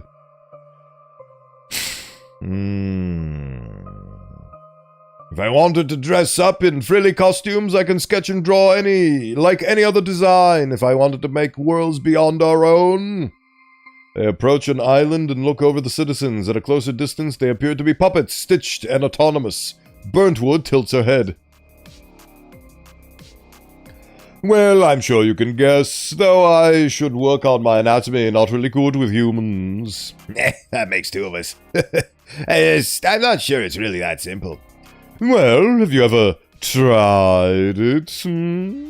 Kaiba boy? Of course I haven't, that's ridiculous. It's only a matter of visualizing what you think. That's the first step to making anything. Simply pinpoint what it is you want to convey. It doesn't need to be art, you can just write yourself in the air. With me. Really? A pen to paper? That's all you're suggesting? You're the writer here. Show me your prose. Burnwood pauses before staring at her feet. She closes her eyes and holds her breath, muttering something under her breath. Her body abruptly starts to lift by itself, leading her to open her eyes immediately and jolting her limbs out of confusion. Ah, what the... The anomaly chuckles as it gradually lets go of her. See, I told you! It actually worked! From the look of things, yes. So we can all be reality-bending anomalies if we just believe hard enough. I double, triple, even quadruple check that I have my important things with me when I leave my place. See, that's the right way to do things. I usually don't because I trust and then immediately I gaslight myself into thinking I forgot something, so then I check and then I realize that I never forget anything. But there have been moments where I do forget things, but yes, it is important. Keys, breeze, automobiles, things that are necessary to open the 50 million locks on my bike. On my Bowenthius branded bike. Very important stuff.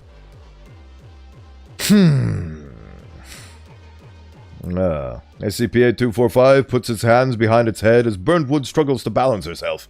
Wait, how do I know you're not just pulling the strings here? Didn't you create this world?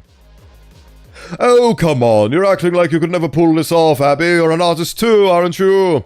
I am. She checks her lab coat. I'm still an artist. Both remain suspended in the air for a moment. Well, with that out of the way, we should get going. Okay, where? Anywhere, I suppose. I have a wide range of pieces I want us to explore. So many to choose from, it's hard to pick. Gears manifest above SCP-8245, turning before quickly dissipating. A light bulb appears in their place. Oh, I get it. He's making real-life emotes. By the sound of a bell. Oh, I know who we can help. I know someone who can help. That's me whistling. Oh, Betty! A clump of red and orange papier-mâché. Papier-mâché. Paper-mâché. Dives from above, immediately unraveling itself to resemble a large dragon. Oh, please tell me this is the iconic There Be Dragons collaboration that I've yearned for without realizing it. Resemble a large dragon. It lets out a heap of smoke through its nose. The entity collapsed, putting its hands to its hips. Are you trying to imply that this guy is the reality bender that made the entire There Be Dragons universe? Send us off, will you? Preferably somewhere nice on the eyes. The dragon nods and begins to inhale, causing its chest area to expand and grow in brightness. Burnt wood floats back in caution before her hand is grabbed by 8245. She tries to pull away. Many thanks, Betty. What is this? Just another way to travel. It's perfectly safe. I think there are better ways to travel in. Too late! It lets out a burst of flames, obscuring both SCP-8245 and Burntwood. The latter yelps once more, covering herself while the specimen laughs. We're gonna have a lot of... Well, we're like 2/3 through. A brief period of silence follows as Burntwood pants. She eventually opens her eyes and notices a change in scenery. Here we are! The two are in the middle of the ocean, consisting of a wide variety of sea creatures. A large majority of species have yet to be discovered. Holy sh... Both individuals appear completely dry and are capable of breathing underwater. SCP-8245's hat sprouts a cord that pulls it... that it pulls, causing the object to brighten their immediate surroundings. They slowly drift through the water, observing the area. Ooh, this is a sick date. Man, I remember painting this once. I used a lot of blue for this one. Can you imagine dragons doing a crossover with Boeing? I would love that. I also am glad that you reminded me of the word that I was looking for. A crossover. The crossover episode. Imagine me riding a bone dragon. That, actually, thanks to your support and your constant procurement of daily bones and conjuration of them, I think I probably have enough bones to make a bone dragon for myself. So, I gotta scribble that as a note down. I'ma drag on these nuts. Hilarious. Absolutely hilarious.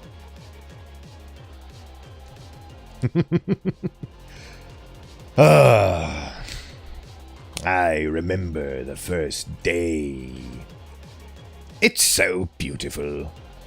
I like to think it is. No, seriously, it's pleasing to see you tapping into your old aquatic pictures. Reminds me of that fish you showed me way back when. The anomaly turns to her. You remembered? Oh, please, how could I forget? It's the reason we even talked to begin with. I still remember its cute little smile. Well, that makes two of us. Both persons walk down the ocean floor, appearing as though they are climbing down a flight of transparent stairs. Every step they take causes a light to appear from below their feet, each instance being a different color. Soon they reach the ground and hear a ringing from above. Oh, hey! Looking up, a number of sizable ships pass burnt wood and SCP-8245.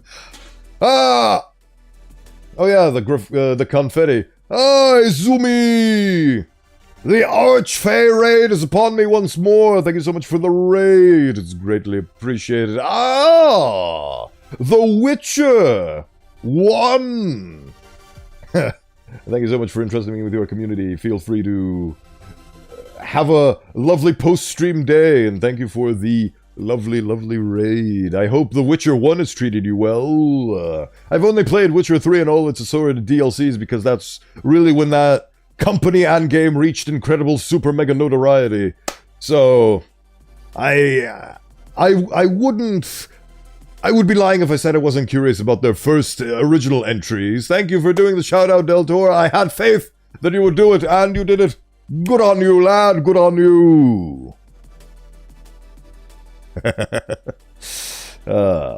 Welcome in. I am Bowenthius the Bone Wizard. If you do not know me, I am an Osteomancer and I like to read. Like this. This is me reading. This is an SCP article about a crazy reality bender that is currently visiting the bottom of the ocean with his childhood friend. We're almost at the end of the game. Excited to finish it and continue the series. Oh, so does that mean that you're starting Witcher without having played it previously, and you're starting from Witcher 1, and then you're going to move on to Witcher 2, and you're going to move on to Witcher 3, and then the DLCs, and hopefully when you finished all of that, Witcher 4 would have released? Are you on a Witcher-a-thon? On a Great Wolf School bender? If so, delightful. Simply delightful. I also find it delightful that I can clap my hands in sheer delight. Played a little bit of 3 before. Ah, fair enough.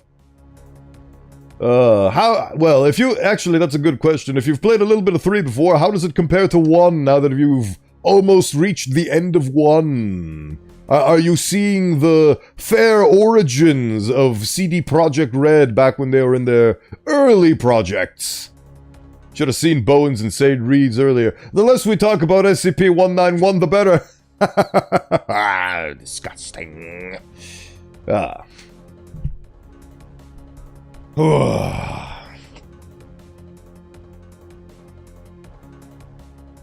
yes. Oh yes. Where were we? Yeah.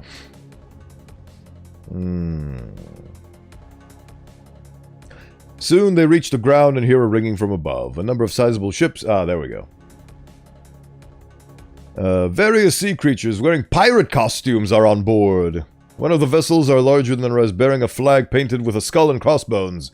Various sea creatures wearing pirate costumes are on board. They seem to be waving at the pair.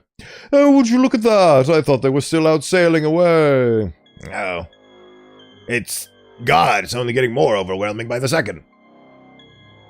Welcome to the moment, Abby. Every artist's pocket of creativity, all wrapped up in a bundle of... I'm sure you can come up with something better. I'm sure you can come up with something better. Come on, Will. You had something there.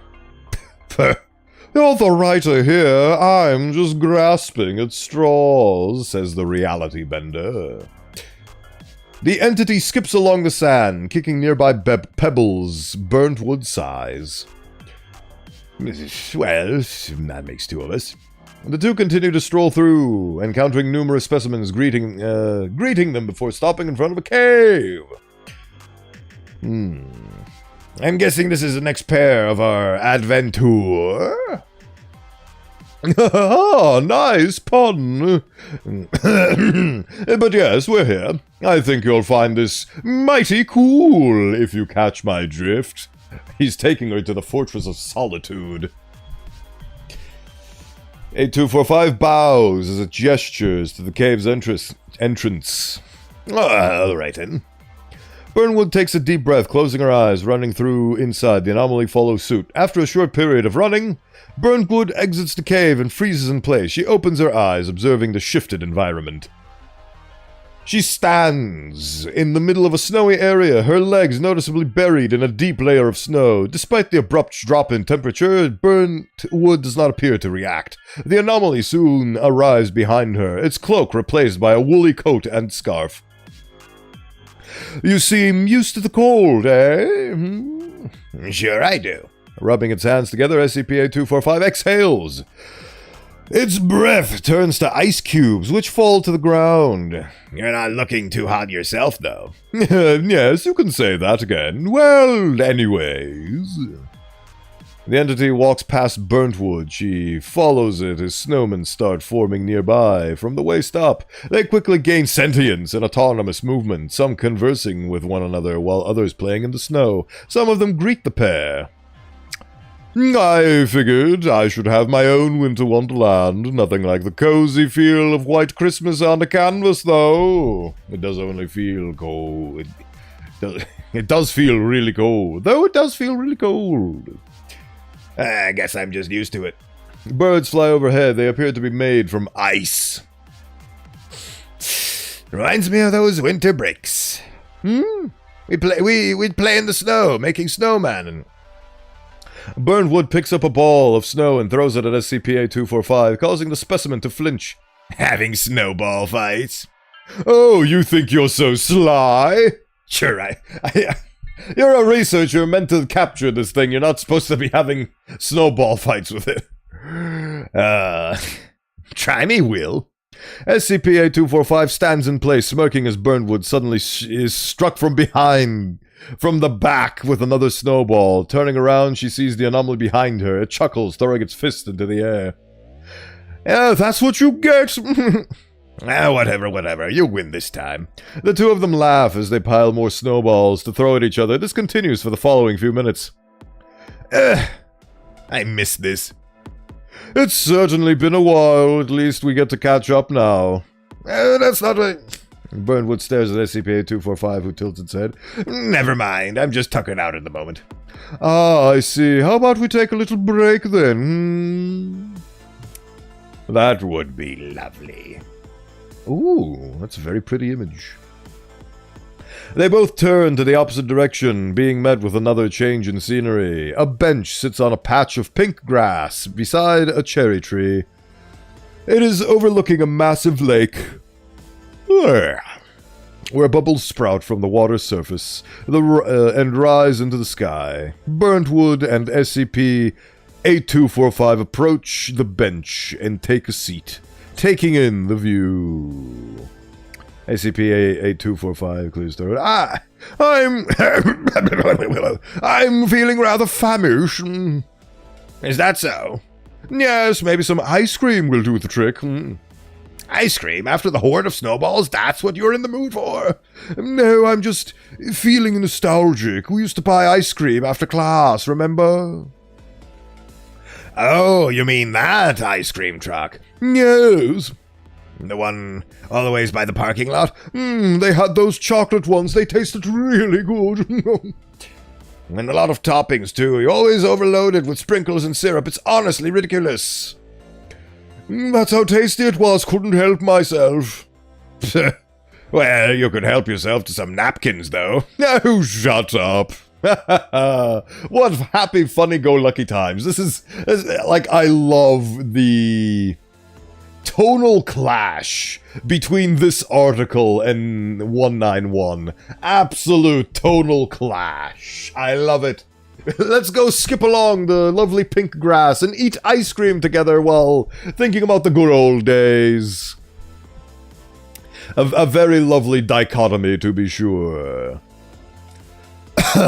Still, though, might as well get myself.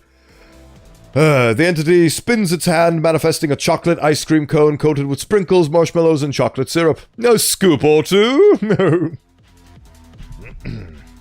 You mind making one for me, too? Oh, come on, Abby, I'm sure you can do it yourself. Really? You can learn how to If you can learn how to fly that easily, I'm confident you can write yourself a cone in hand. You're an artist through and through. I can certainly try. Burntwood holds out her hand and closes it into a fist. She squints, taking in deep breaths before focusing. After a moment of struggling, a cone is seen forming from the bottom up. Eventually, a scoop of vanilla ice cream fills the cone as Burntwood exhales. Oh, there we go! Although, something wrong? I don't see any toppings, no sprinkle, no nothing. SCP-8245 inspects her ice cream. It's not even strawberry flavored. Isn't that your favorite? Oh, I mean, I guess you could say my tastes have shifted. Oh, she became dull and boring, as indicated by her lab coat. Oh, that's fun. No, I mean, I guess you could say my tastes have shifted. Yes, except for the fact that he got the exact same ice cream as he did in childhood. The specimen pauses, blinking several times. Okay, sorry, don't mean to judge. It's alright, it's alright. They both proceed to eat their ice creams, Burntwood sighs. What's with the sigh? Nothing. Sure, it's nothing. No, it's just, how do I say this? I'm amazed. All of this, everything you made here, it's just brimming with love and care, and it's all so much to take in. In fact, you've gotten so far in your arts, I can't help but feel relieved. Relieved? That's one way of wording it. Well, it's been pretty hard on my end lately. Huh? How so? Burntwood pauses, then gulps.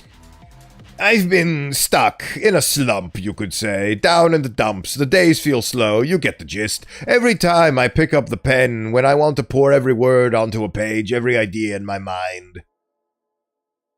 Nothing. Restrained chains on my wrist. I'm not sure how to put it into words, but it's like I'm dragging my feet through the mud every time I want to write. Thinking about everything, everyone, what they think, almost as if it's better not to say anything at all, huh? I never thought I'd hear those words from you, Abby. I have my doubts too, Will. I'm not as confident as you think. Well, the Abby I knew would never hesitate to show me what wonders the pen can hold. I still recall those adventures you had with your main man, Pete, as well as the rest of the critters. Oh, Pete, man, I really liked skunks back then. Yes, it was weird. Hey! I'm just joking. It's really charming, honest. Oh, whatever. Either way, I'm glad those memories are intact. Right back at you. But it sucks knowing the writer's block you're in. I guess even you have your own issues to deal with. I thought you wouldn't have any trouble making a name for yourself. Well, you're getting a little bit close to home there, Mr. Will. Oh, please, it's not that easy. SCP-8245 stares at her, squinting and appearing visibly concerned. Burntwood clutches her clipboard to her chest. Tell you what. It stands up, dusting off its cloak. There's one last place I want to show you. Somewhere that can, I don't know, help you out of your predicament. Look, this is all about passion. It's about arts. It all begins with a little inspiration. That being said, I think it's time I return the favor. Return the favor? What does that... The entity grabs Burntwood's hand and pulls her from the beach, leading her to the lake's edge. They both look down and see their reflection. What... Do you want us to jump in here? Oh, don't worry, it's just soda. No, but where are we going this time? Relax, simply close your eyes and follow my lead. Pause. Burntwood hesitates at first before doing so, inhaling deeply. All right. On the count of 3. 1, 2. Both leap forward. 3. They fall into the lake, being submerged immediately. Connection lost. Attempting to reestablish connection. Connecting. Connection found. Oh, sick. There's a continuation. Offset 1. Oh, boy. This is a very long one, ain't it? And it feels like a dream. A world of worlds within a comfortable mind. I can almost touch it, breathing life into a jumbled alphabet of words. I can almost taste it, each step closer. sends another shiver down my spine, down my legs. I get closer and closer and it grows ever more cold. Fear, anxiousness, the likes. Too familiar, yet too much to handle. Against me, it's just like they're against me. With every opportunity I meet, a path of thorns follows. I still recall how they puncture into my skin as I try to pull through. Say so. Very say so. Getting caught in a cage of daggers. It hurts, it still hurts despite it all. I always end up running away. It hurts so much I end up walking backwards. Sometimes I wish I could just stand and watch. It's better secondhand, I try to convince myself. It's better this way. At some points it rings true. But now, looking at you, I find my legs in motion, a pushing force leading me to you, leaving me to bleed once more. Frustrating, it's frustrating exposing myself like this. You're making a name for yourself in front of my very eyes, yet I stay grounded. I've moved on, yet I want to reach you, to reach my full potential. It's like I'm halfway there, like I can almost be. A world of worlds within a comfortable mind. The pen grows ever more warm.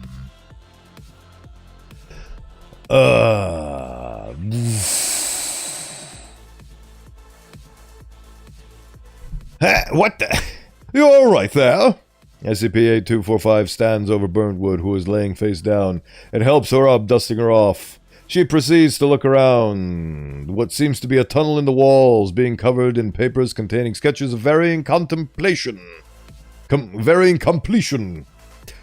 SCP, quite the trip, huh? Probably should have given you a heads up. Sorry about that.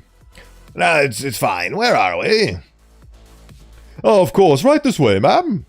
The entity leads Burntwood through the tunnel to a noticeable light in the distance. She inspects the numerous drawings surrounding them. You know how art is formed. When the gears are turning and the points are connecting, it's never as simple as a ride from one to another. There's always going to be drafts, plotting, some form of preparation. Right. Right, and when it comes to art, I want it to be perfect. I want to pour every ounce of myself in the process, no matter how fine the details are. Especially now, considering my audience. Specimen turns to Burntwood. Anyways, he has the heart for her. It's mutual. Mutual love. Loves me a love story.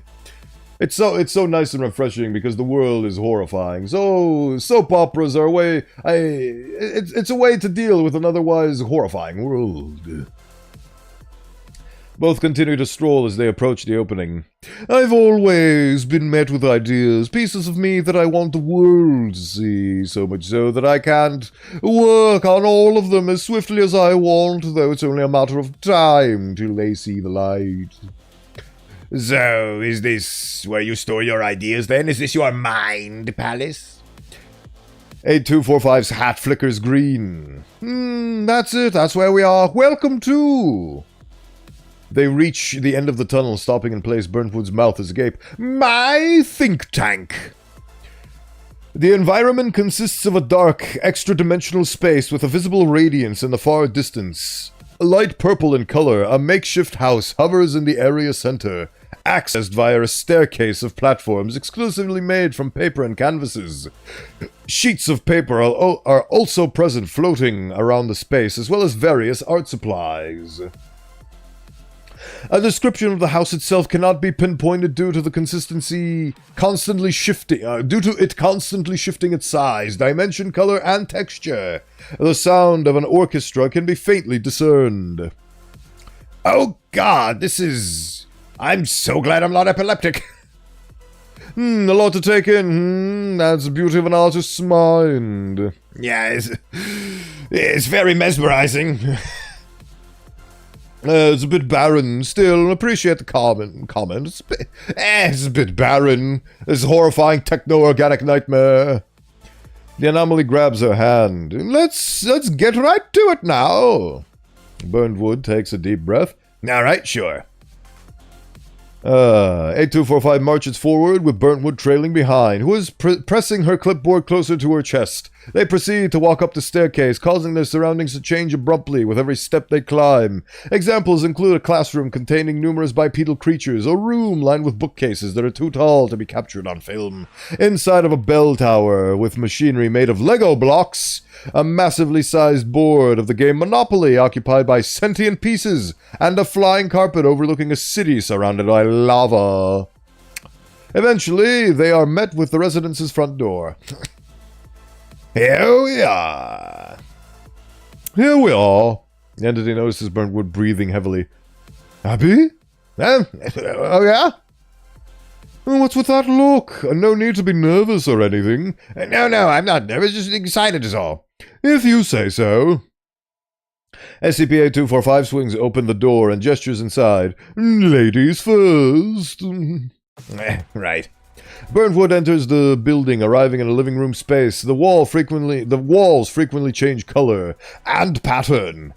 With a lamp hanging from the ceiling, a couch resides in the middle, appearing to be stitched from multiple fabrics of varying amount. The television across displays a wide array of animated clips unknown in origin. A door is open immediately next to the front entrance, as well as a lever in the far corner of the room. A number of drawings are framed on the walls, in addition to numerous canvases scattered about. Wow, looks pretty cozy. I like to keep myself comfy, though I should have tidied up a bit. Didn't plan on having a guest over, but here you are. Make yourself at home. Burntwood sets her clipboard face down on a coffee table by the couch. The specimen walks to the lever and pulls like Kronk, causing the wall beside it to lower and cycle through a series of rooms before settling on a kitchen. It proceeds to the counter. I'll go ahead and make some tea. Just sit there and relax, Abby. She observes the surroundings of SCP-8245 as SCP-8245 takes out a tea set from the cupboards. The anomaly opens the teapot lid and shoots tea inside using its finger. The liquid produces a steam that form various shapes. Before long, the specimen comes back with said tea set, levitating and landing it on the table. SCP-8245 then rushes it over to sit beside Burntwood, pouring her and itself a cup while putting cream and sugar on its own. They take a sip from their drink. It's the good stuff right there. Right, yes, nothing like a quick refresher in between pieces, am I right? I hear that. Reminds me of the times I went by your house. You know how your mom used to brew us tea whenever I dropped in. First time I ever had it, never though I thought I'd like it as much as I do now. Right, I do remember that. We just brainstormed the entire time, talking over each other. About ideas and whatnot. Great times, great times. How's your mom doing nowadays? How's my mom? Yeah, how is she? Is she holding up well? Well, I don't usually talk with her often these days. Really? How come? It's really busy and all. You can't have all the time in the world for personal things. I mean, I know my mom. I'm sure she can take care of herself. There's no need for. Burntwood stares at her feet, clutching her cup in shamed guilt. No need for me to check in on her. I'm sure you're not that busy. Any plans, at least? Not really. She chugs down the rest of her tea.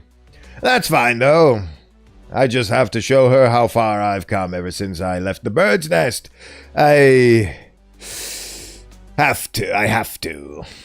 I'm sure you will, Abby. Want a refill?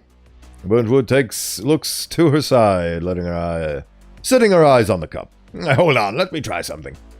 She sets down her cup before squinting and focusing on it for a brief moment. It then suddenly is filled with a black liquid. SCP-8245's eyes widen, noticing this. Oh, I see you. Aren't you a show-off? Whatever, thanks.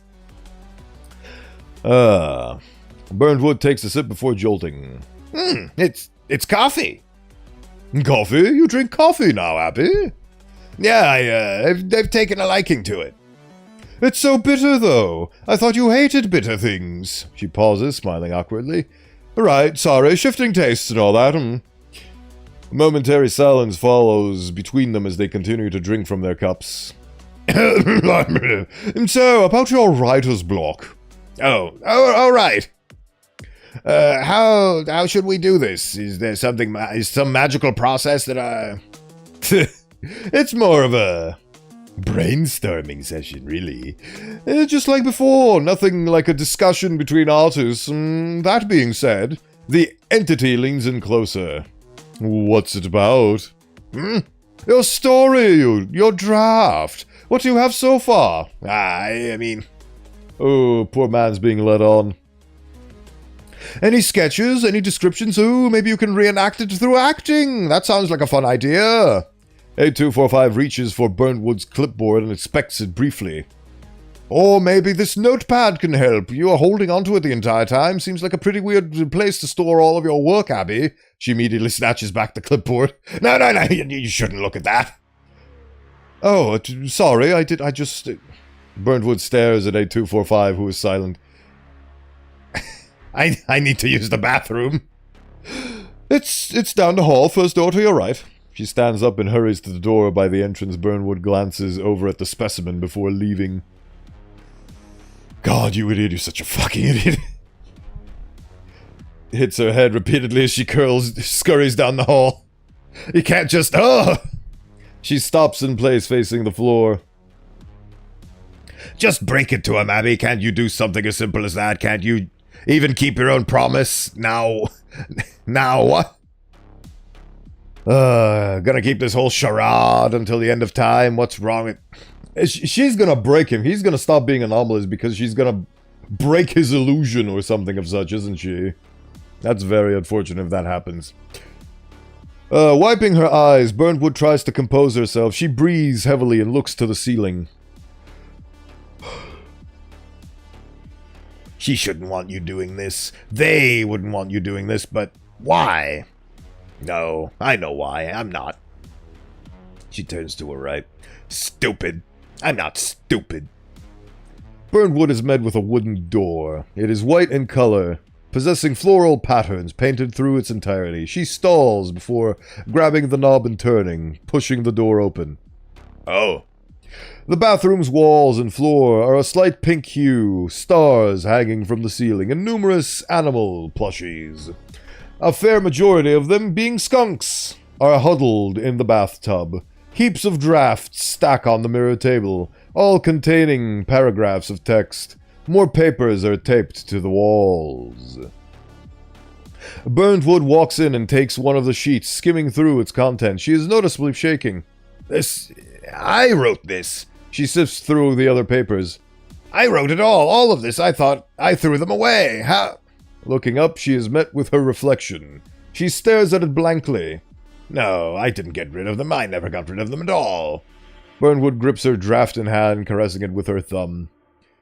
Artists. We're supposed to be artists. I want to be an artist too, but I should apologize.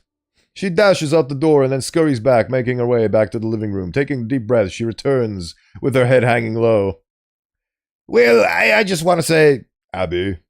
Burntwood looks up to see SCP-8245, who is holding her clipboard. The entity turns to her with a confused expression. Hello, little fella. Hello. You're just in time to witness a reality bender get his heart broken. That's the funny article I'm reading right now. Hello, little fella. Fellas, thank you for stopping by. I hope life has been treating you well.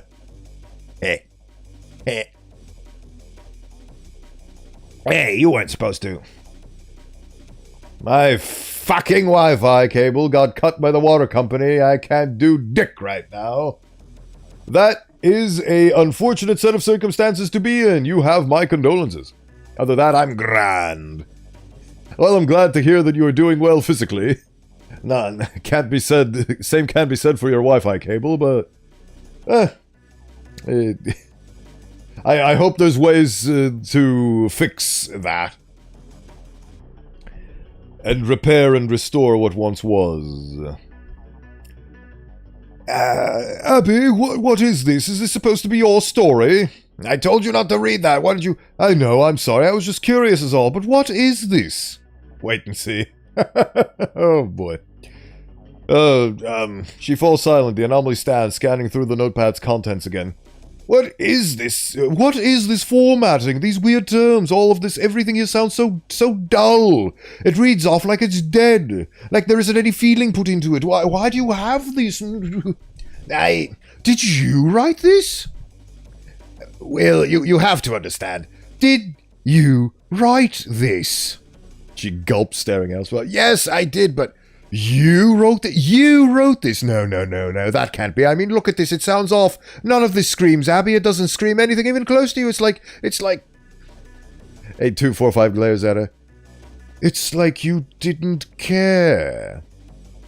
No, I do care. I do care. It even says my name under some confusing nickname, and this logo, I've seen it before. Are you with them?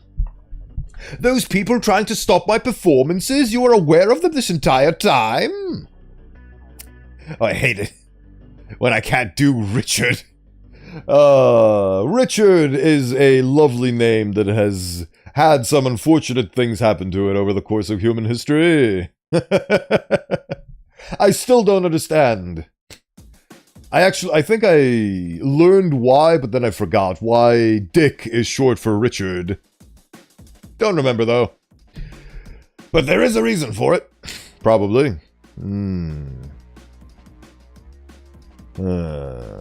Those people trying... Were you aware of them this entire time? And you didn't say a single thing at all? I thought you said you became an author. You said you were writing your big debut. Was that a lie, too? I did, but I promise I... You promised you'd leave your mark on the world, that we'd leave our mark on the world, our creative, our passionate side, and now you're just doing this? How am I supposed to believe you? You can't. Okay, I think you should leave. The specimen walks towards burnt wood and grabs her arm, pulling her out of the building and down the stairs. The aforementioned description of locations reappear in reverse order. Will, please, you have to listen. Listen to what? Your lack of stories, your lack of drafts, your lack of anything close to what you've been telling me. I was just going to tell you, I just wanted to mock me for what I do. No, please. This is turning really sad all of a sudden. They reach the bottom of the stairway where an open passageway leads. Walking through, the pair return to Elfrith's alley. It is dark outside. The anomaly lets go of Burntwood, shoving the clipboard into her arms and hiding its face with its hat. Will, it's not what you think. I don't want things to be this way. Abigail. Burntwood freezes in place. Next time you folks try catching me, don't go pulling these tricks. I'll be there showing the audience everything the odds can be, what they can be. And I don't want you to stop that. You can't stop that. The entity crosses its arms. I thought you were better than this. I thought you wouldn't let them tell you how to hold a pen. I guess I was wrong. SCP-8245 turns its back towards her. Hey. It was nice catching up with you, Abigail. Goodbye. The anomaly goes back, closing the door before Burntwood rushes to it, trying to open it. She bangs on it repeatedly, crying out to SCP-8245. As she falls to her knees and faces the ground, Burntwood sobs quietly. Come on, Will, please. I didn't mean to. I'm sorry. I'm sorry, Will. She bangs on the door a few more times before ceasing. Open the door, please! Just listen to me! She buries her face into her palms. God, why can't you just tell him, you fuck? You don't deserve... Burntwood chokes, weeping for the next few minutes. What do I even do? I don't want to go back. I just don't want to go back. They're gonna know. Oh, stuck between a hard and a rock place. The empty... Why did it take her so long? It's a real shame that they have these entire transcripts, don't they? No, I can't let it end like this. I have to go back, but how? I'm no writer. I'm not even shit. She looks over the clipboard in her hands before snapping it in half, using her knee, throwing it on the ground, and constantly stomping on it. In the end, Burntwood pants as she kicks it around some more. What am I thinking? That won't help either. Damn it! Burntwood breathes heavily as she shrinks, swearing under her breath. Out of all the things in the world, why this? Why now? Why can't it be different? I can do better. I know I can. Why can't I go back? Why can't things just start? A light radiates from behind Burnwood. She turns around. Over. She is met with a white wooden door. It possesses a familiar floral pattern design. Burnwood observes her surroundings as she slowly steps toward it. The sound of a child laughing can be discerned from the outside. You again? Why? Why is this? Why? Another pause. Burnwood steps in, gracing the door with her hand. Always coming back to me, huh? I thought you hated me. I thought I'd hate you too eventually. No, it's my fault. You shouldn't be here, no reason to be. You'd be better off leaving like they said, and yet, here. She grips the handle. No, I never left, did I? Opening the door, Burnwood sees nothing but pure light. Okay, let's do this. She steps inside, closing the door behind her and taking a few steps. There is nothing but brightness around her. Burnwood scratches her head as she looks around. How did Will even do all this? Where do I even start? I guess it's a matter of thought. Maybe, probably, hopefully. Well, no, since I'm the one doing this, I should know how to pull this off. A ringing sound is heard. Once upon a time... The entire area begins to rumble before returning to normal. Burnwood stops, quickly shifting around. Time? Another brief silence. Yeah, I guess nothing happened. Burnwood then proceeds to plummet without warning, screaming in response. Burnwood lands on a ramp and is shot forward due to the momentum, speeding through what appears to be a skate park. She opens her eyes and sees what she is wearing. Sees that she is wearing a helmet, braces, and roller skates. Her surroundings feature many elaborate possible structures, which are presumably other ramps. Oh, okay, this is new. She slowly stands up as she continues to zoom through the area. Burnwood looks up to see a sketched version of a sun, wearing sunglasses and a helmet. It sprouts out a hand and gives her a thumbs up, grinning. Thank you. The sun points down. She lays her sight upon a metal fence. Oh shoot, I have to. Burnwood tries to slow down but is unsuccessful. Come on, how do I stop? Stop! Braces frame pack. Wait, no! Oh boy. Making impact, she immediately falls over. What the? Oh, I'm alive! Burnwood checks her hands, then the rest of her body, and yelps. They appear two-dimensional and made of chalk. Hold on, wait. Looking around, she finds out she has become a drawing on a chalkboard. The surrounding environment is that of a typical classroom, and audible chattering is present in the background. Huh? Burnwood knocks on the board, gracing it with her palms before stepping back. Her mouth is agape as she rubs her eyes. No, this isn't real, She strolls around the environment. Okay, I can't be here. Where's the exit? Eventually, Burnwood finds a piece of chalk on the other side of the board. She stares at it for a moment. That must be it. I know how to do it. How do I... She kneels down and reaches through, managing to bypass the barrier and retrieve the chalk without harm. Despite pulling it into the board, the chalk retains its three-dimensional form. Burnwood inspects it for a moment. Huh, that was easy. Burnwood proceeds to draw a rectangle around her, as well as a knob to make a door. Alright, time to... She tries to open the door, but is unable. Burnwood struggles to turn the knob before realizing that it's locked. Oh, for crying out loud! She hastily sketches a key, using it to unlock the door, and step through. Burnwood walks into a round room made of stone brick with an open window to her right. She is equipped with a suit of armor, bearing a pinkish tint. Alright, what is it this time? There is a person standing across the room, wearing a gown and facing away from Burnwood. They do not appear to notice her. Instead, standing by a table of various cosmetics and other related products. Hello? The entity turns around, revealing themselves to be a sentient puppet. They begin to scream. Wait, what the... They take the objects on the table and proceed to throw them at Burnwood. She holds her arms up in an effort to shield herself. Hey, stop that! The puppet refuses to listen. Burnwood tries to say something but stops herself, pausing while observing the specimen. She appears confused. Actually, now that I think about it, haven't I seen you before? A grumbling sound is discerned, followed by the sudden appearance of the green eye through the window, retracting itself. It's revealed to belong to a red dragon made of papier-mâché. Ah, Betty! Burnwood smiles sheepishly as the dragon sticks its mouth in and begins to inhale. The aforementioned puppet dashes and shoves her away, closing and locking the door behind them. Burnwood rushes in, attempting to break it down before turning her attention to the dragon. She falls to the ground, shaking her head, trying to cover herself. "Betty, don't, you can't." The dragon then lets out a burst of flame into the room, engulfing Burnwood as she screams again. Though she soon ceases and catches her breath. Ugh, not again. She opens her eyes, realizing that she is now riding a horse and wearing a costume similar to that of a cowgirl. Around her are other anthropomorphic animals, sporting similar attire. It reminds me of the Tom and Jerry cowboy episode. They're all in the middle of the desert. Whoa, what the? Hey, you there, partner? Burnwood turns to see a skunk riding on a horse beside her. Hey, has the heat gotten to your head?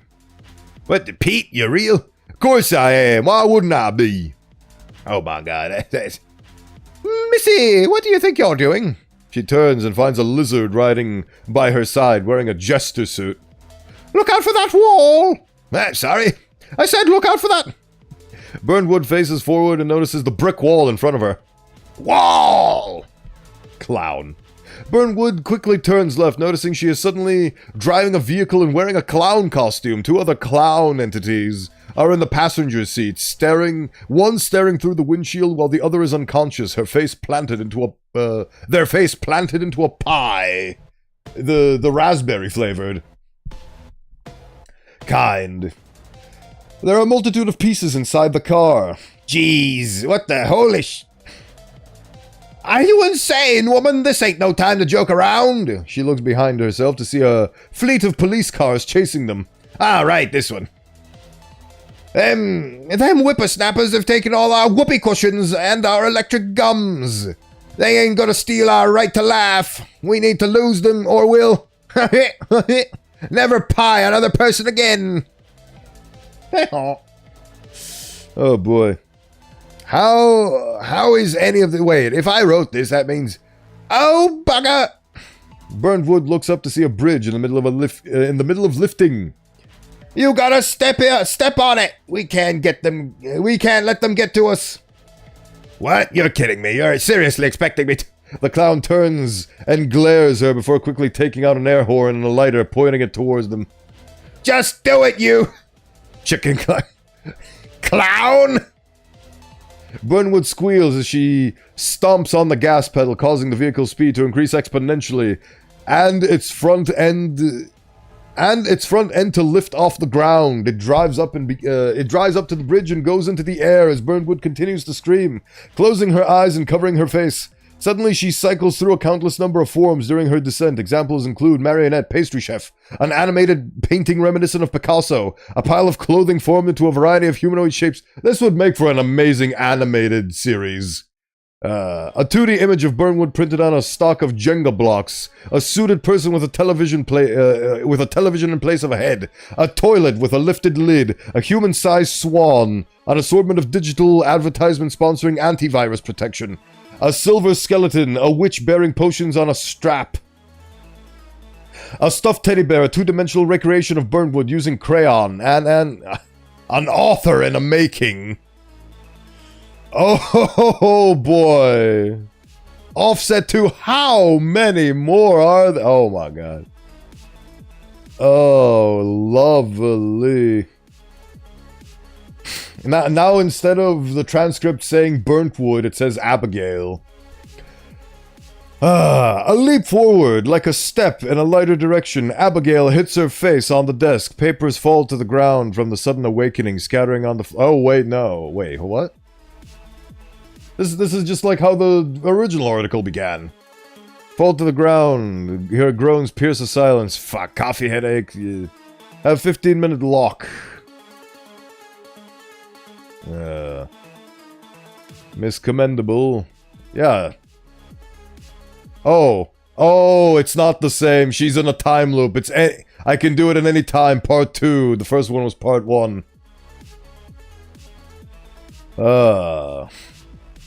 Right.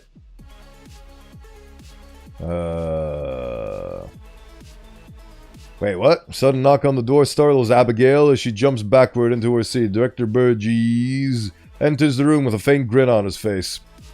Oh, Mrs. Burntwood, I hope I'm not disturbing you. Director Burgess? No, you're not disturbing me at all. How can I help? Nothing much. I'm only here to give my thanks for your volunteering. Deja vu, some would claim, though in this case, it's a retread of territory, a retelling of a story. You could even say it's been rewritten from another perspective, from another point of view, a way to recollect and put together what should have been. Oh, I see.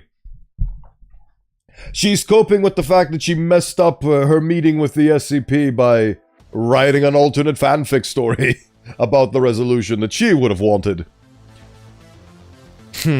For 8245, right?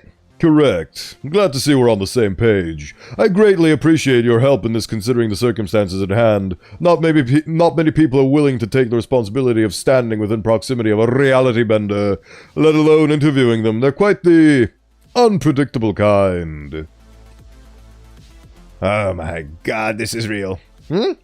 No, don't mind me. I haven't got much sleep lately. I'm just happy to take the lead when it comes to people like these. I can't help but feel curious. I can't help but want to see it up close.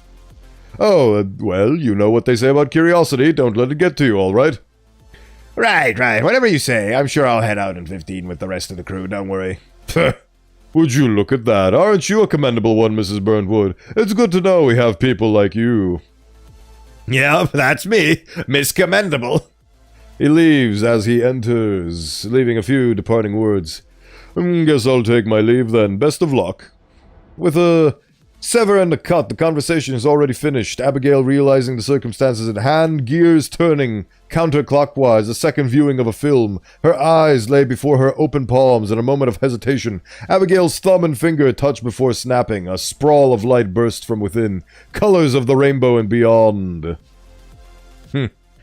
Drowning her sights in an ocean of potential. The furniture grows and shrinks sporadically, being replaced the next second by animals and pastries. Ceilings and walls fold and crush and open and bend among other ways indescribable. Every second, Abigail sports a different palette of colors, from a golfing uniform and a chicken suit to a Barbie doll and a green statue. Her wardrobe spins like a dial in a continuous motion. Even the size of the window beside her even the sights of the windows beside her change. An observing audience of Jim Henson Muppets. Outer space bearing snowflakes as stars. A wall coated with unfinished drafts. An endless amount of possibilities sit before Abigail as infinity meets her world. It's beautiful, she thinks to herself. The rebirth of an artist is finally in motion. The rebirth of an artist, a world of worlds within a comfortable mind. My hands grasp a feel. My emotions wash over me. My pen drips with ink. Finally, I'm here. I can do anything. I can be anyone. I can go anywhere. And I can do it anytime. Part 2. She springs up from her seat after taking in everything she's become. I need to. Before finishing, Abigail deletes a draft and an email. She lets out a sigh of relief and quickly prepares herself. All right, let's go. Ah, she is better now. One would call it a stroll down memory lane where reenactments grow, layers of depth become vivid, the colors bleeding from the building and skies, the sound of leaves rustling in the wind. A chance to revisit times of old is a chance to collect all the finer details whenever it's a painting or a narrative. All you need is a fresher perspective. Swinging by the opening scene, Abigail steps out of the vehicle. For her encore, she holds her breath, hoping not to let go as she turns to the agents wearing a stern but distracted expression. I'll go there and interview him alone. Don't follow me. The agents exchange looks of confusion. One of them raises a question. What? Abigail... We'll just be alerting him otherwise. We wouldn't want him to leave. I wouldn't want him to leave. So you're all going to stay here and set up whatever you need to set up. I'll give you a heads up if anything happens, blah, blah, blah. Got it? She clasps her hands, the rushing coursing through her veins. None of the others respond, apart from a silent nod between them. Okay, good. Abigail wastes no time as she makes her way towards a second reunion, every voice of doubt creaking through the entrance, peeking from the windows. Their sight is ungodly but unavoidable. Their markings are a hassle to clean, but a clear mind met Abigail as she hurries. Her eyes set on a path she's been stepping from since forever. Her ideas form words, and her words connect to sentences, then paragraphs, then something wholly new. Everything was coming together, everything was about to be. It was only a matter of time till she got rid of her implanted doubts. There is the sensation of soap water streaming past, bubbles soar by, singing piano notes as they pop. Rubber ducks swim blissfully as the world begins to contort into beautiful strokes of paint. Hues of plum shower the surroundings, stairs dance on the wind, and a humming sound wraps around the ears of a lone audience. Before long, a familiar figure can be seen, whimsically circling in the air. A magician cloaked under a galactic robe and a white-brimmed electric hat. A person wearing wonder on his sleeve and fervor around his belt. And above all, an artist sporting every hint of himself on the forefront. She sees this, she knows this. Abigail still recalls the ink on her palms, the paint on his face, the cracks in the boundaries. It's like she's actually standing beside him, like she's finally bringing sun into her view. She stops in her tracks as every memory pours themselves out at once, weighing harder and harder on her heavy heart. She gulps, hesitating for a moment before muttering, "Here we go." She takes a leap of faith, approaching him with words of condolences lingering on her mind. William takes notice. He's not SCP-8245 anymore, he's William. William takes notice, meeting her for the first time again. "Will! Hey, Will." "Oh, hello there, hello." William pauses, blinking repeatedly, being caught in the same ordeal, racking his head in puzzlement, making cowbell sounds with his noggin, dusting off the clouding swirls and spirals. He opens his eyes again as he gets a taste of the same déjà vu, growing all the more confused. "Wait, how is this? What?" "Will?" He turns to Abigail, the events up to now finally catching up with him. A wave of irritation casts over William. Did you do this?" "Yes, well, I don't know how, but I did." You know what? It doesn't matter. I should leave." "Wait, no, you can't. Please, just listen to me." "I'm not going to listen to someone who's just gonna wreck my performance no matter where I go. You and all your troublesome folks that can have your fun talking by the water cooler. I have better things to do than stand here and listen to you." "Will, come on, Will." "Here, I'll send you home myself." William snaps his fingers, whisking Abigail away as nothing but a gust of wind. Turning around, though, he's met by her again. He stumbles back, startled by her sudden reappearance. "Ta-da! See, I haven't lost my magic. I'm still an artist." A moment of silence hovers before them. I don't care. Call yourself an artist all you want, but I taught you all those tricks. You're just using them for the wrong reasons. You're only using them to suppress me. I mean, you don't think that? You don't think I would actually do something like that, do you? Please, Will, just listen to what I have to say. You were working with them this entire time, Abigail. Don't you get it? You came here, you pretended like you cared, acted like you were somebody you're not. I almost let my guard down, too. Beautiful hydration. It is necessary in this topsy-turvy world. Thank you, Oscar. Acted like someone you're not. I almost let my guard down. How do I know you're not just going to pull strings again? Hand. Mug hand. Pouring water into the mug head. Hydrated in the name of Art Oscar.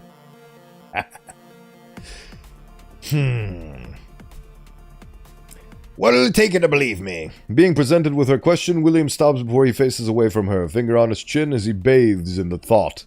A response soon follows. Oh, I don't know. Maybe you can piece together a tale on the spot. Maybe you can phrase something grand into existence. Or even... William swiftly turns back, holding a finger gun, shooting a beam of laser nearing Abigail's direction. It strikes the road behind her, bouncing off into the horizon. She shudders for a second, but not a second more. A collaboration between us? What are you implying? Artists tend to thrive in the heat of the moment, creating the best pieces when they're raring to go, when the heart is racing, when the mind is storming. What better way of doing this than to put your skills to the test? See if you're really as passionate as you used to be. I am. I promise. Sure, we'll see about that. Well, a ringing fills the air as the two stand across from one another, making a stance. Abigail stares at William unblinkingly as her breaths grow ever more audible. His eyes, as he looks back, their lights seem to have dimmed, though a shimmer of hope still remains. There's a hand holding a chance to reconcile, a hand she needs to hold. She has to.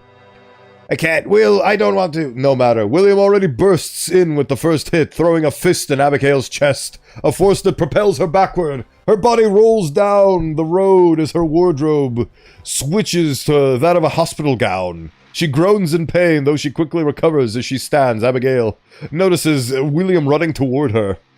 Heat of the moment, huh? All right, I'll prove it to you. She stands in place, waiting as William closes the distance. Before he manages to reach her, Abigail rushes to a door beside her, painted with an aesthetic blend of pink and purple. He wastes no time to follow suit. Oh, boy. William comes to a halt as he is met with a surprise. What the? A mountainous area showered with sunset skies, lands of green can be seen from far beyond, along with a string of hot air balloons soaring over the heavens.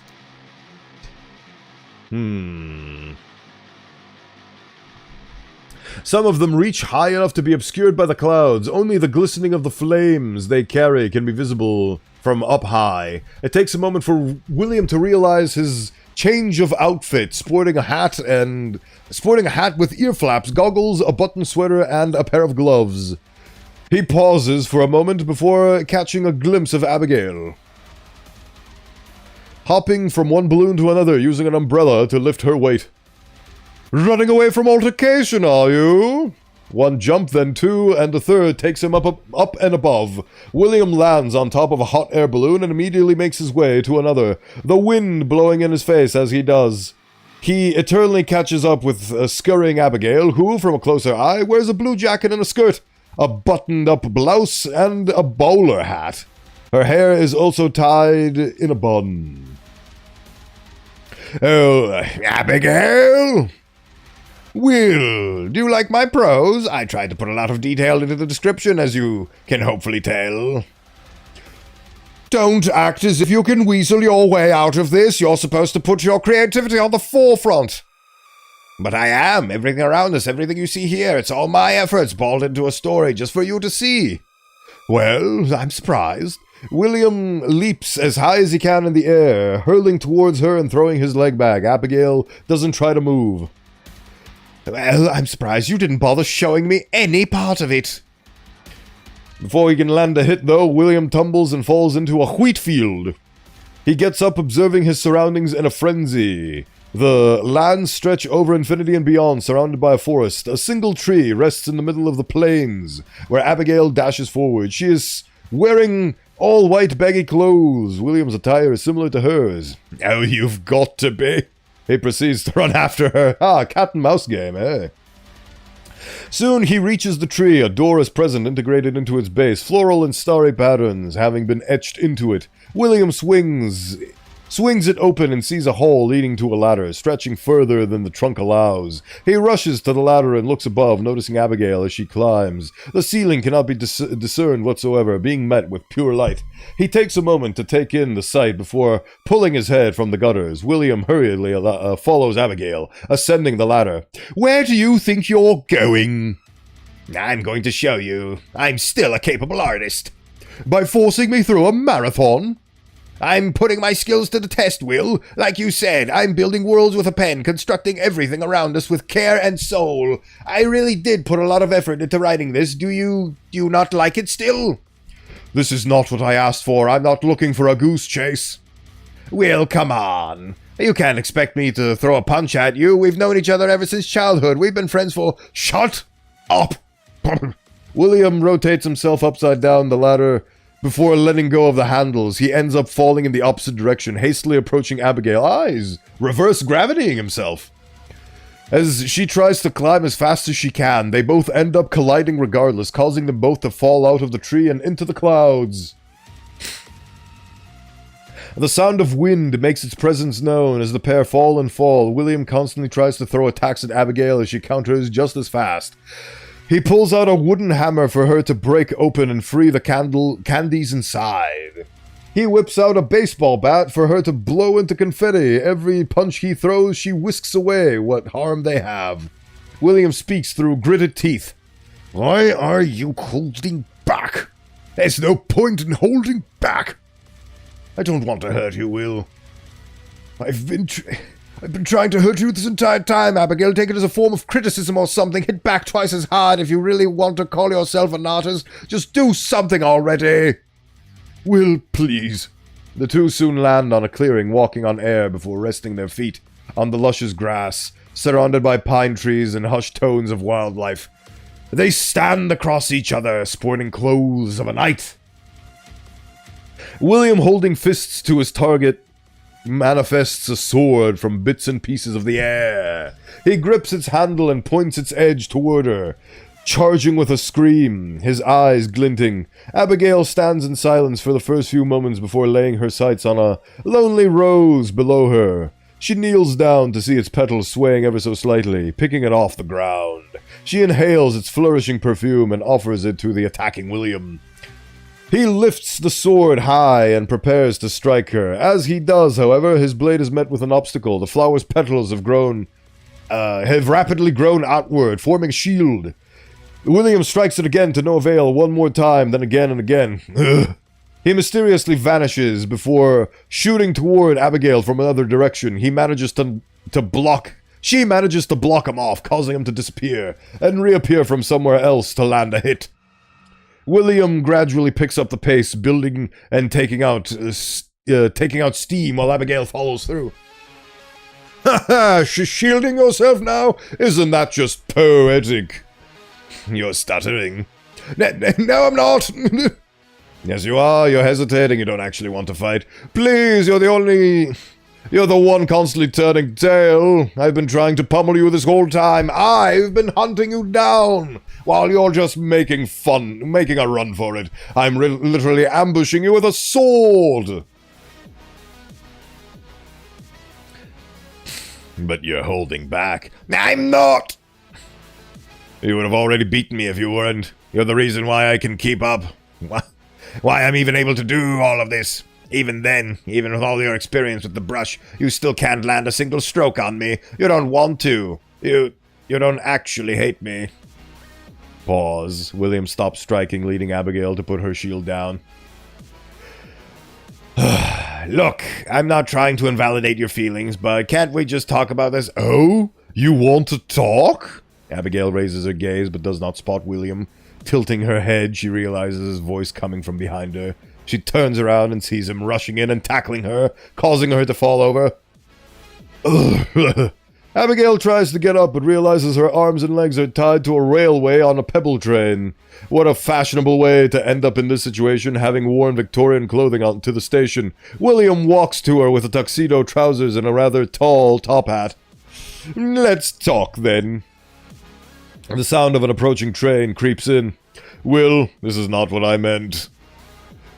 Abigail, I'll be honest, I admire you. Abigail falls silent. The train makes its way in the distance, smoke escaping the sea of clouds. It's pretty obvious, but still, back then, I merely saw drawing as a hobby, something to pass the time. I didn't think much of it until we met. You gave me encouragement, you gave me a reason to pursue in the arts.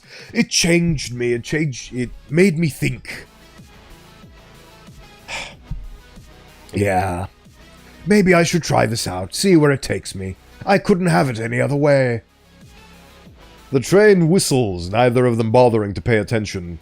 And yes, maybe I don't want to fight you. But you're not the same person as before. No works, no drafts, not even outlines to show. It's like you became someone completely alien. I mean, you're taking part in thrashing my performance, showcasing of all I have to offer. It just made me... William lets out a deep sigh. Now... You're coming around, acting like I can get over it. The train closes the distance before it even reaches the pair, though. William picks up Abigail by the collar and lifts her to eye level. As he walks from the railroad, he switches the scenery and hangs her over a cliff by a canyon. The sun peeks from the land below. This isn't a fairy tale, this isn't some fantasy. Even though I know that some dreams aren't anything more than that. He faces her, holding back, a glistening in his eyes. So am I. Maybe in another story you didn't move away. Maybe, just maybe, we can sit in your room again. We can butt our heads together and come up with all sorts of stupid ideas. I can read all the thought you put into every word. You can tell me your thoughts on every line I drew. Maybe we can stay as friends, as artists pushing the boundaries. William looks to the sky. Abigail takes a moment to process before responding. I need to take a moment to compose myself, because this is starting to become very emotionally tumultuous for me. Hello there. Hello, Lector. Have you reached the indoors yet? Welcome back. Good job on getting in. William looks to the sky. Abigail takes a moment to process before responding. It's not too late, though. What are you... Abigail snaps her fingers, and the ground beneath them gives way, causing them to plunge, biting her restraints away like gummy as she takes a hold of William's hands and stares into his eyes with a hopeful grin. We can still meet at the top. We can still leave our marks. They spin in circles, stars and diamonds lingering in the air. I know I've made my fair share of mistakes, but I'm still the same Abby from middle school, Will. I haven't lost my touch just yet.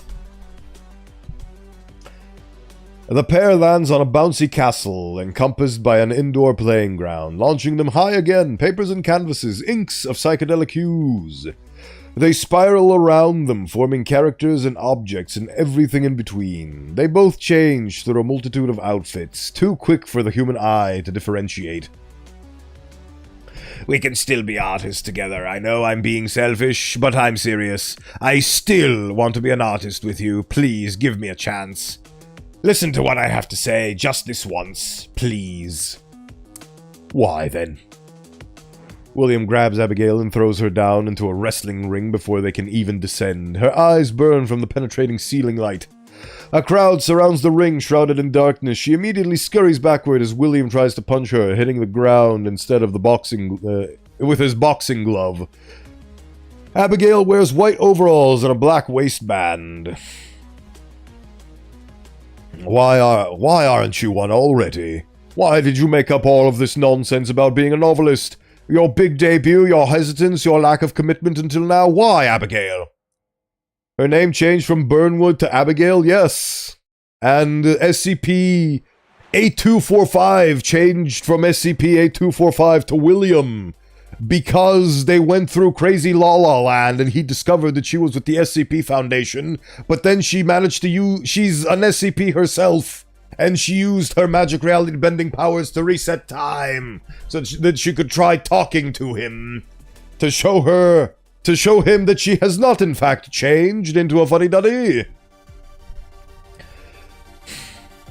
He approaches her slowly. Why did you lie to me?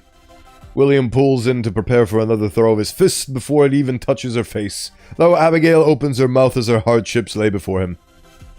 I was scared. Scared? The world around them shatters like glass, opening to a blank canvas. William and Abigail's clothes return to what they were before. The former stands over the ladder as she sits and draws circles on the transparent floor. Scared of rejection, scared you'd hate me. Well, you probably still do, but never mind that. Average SCP experience, isn't it? A momentary silence passes.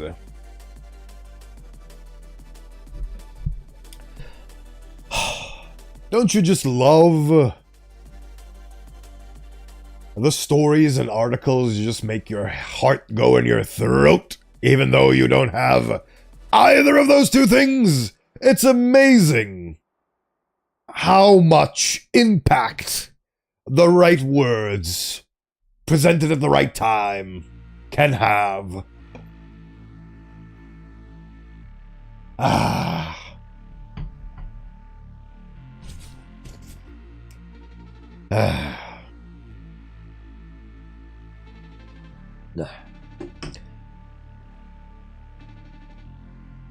Spooky, scary skeletons send shivers down your spine.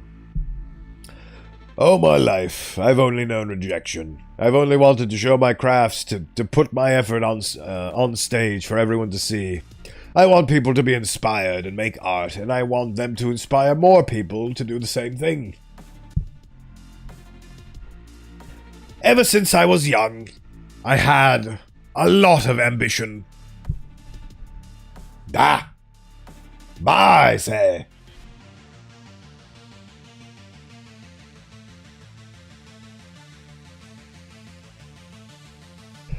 It's a good thing I've got a lot of napkins nearby. But it's like you said, Will. Some fantasies just stay out of reach. You were the only friend I had who actually paid attention to me. That day we talked for the first time, it was like I was already there, experiencing the dream. I can almost taste it, I told myself. I can almost taste it. But that was the end of that. I moved away to some stupid private school where my mom thought it'd be for the best.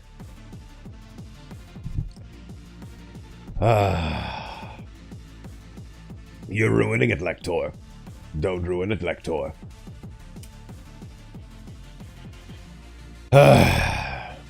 You didn't talk back? She clasps her hands together. I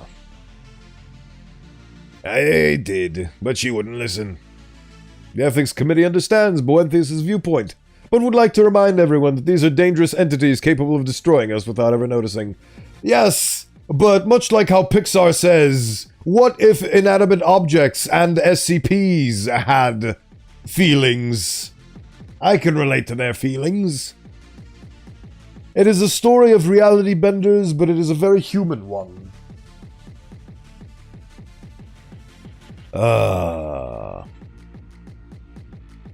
I even tried giving her some of the stories I was working on. She lets go.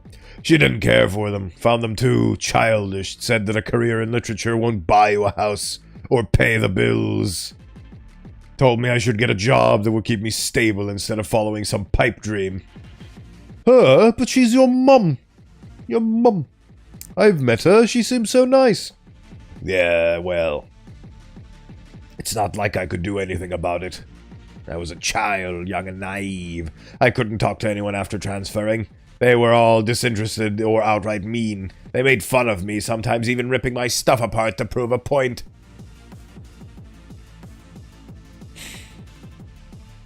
No one cares. To prove that no one cares. No one cares that there's no point in even trying. That I should just give up and move on like everyone else.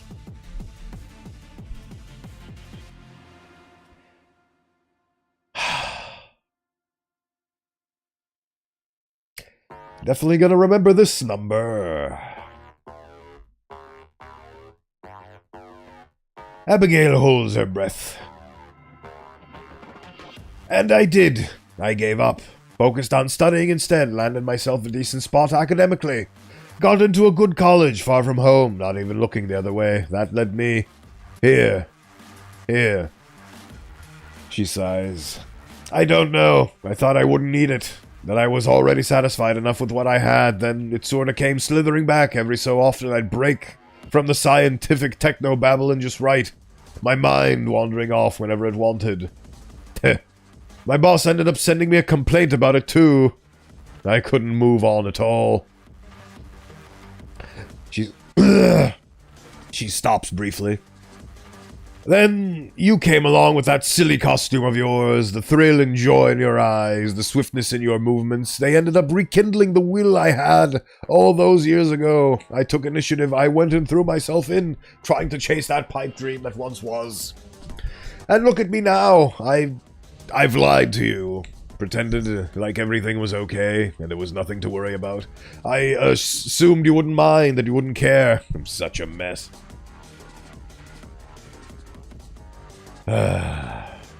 Later.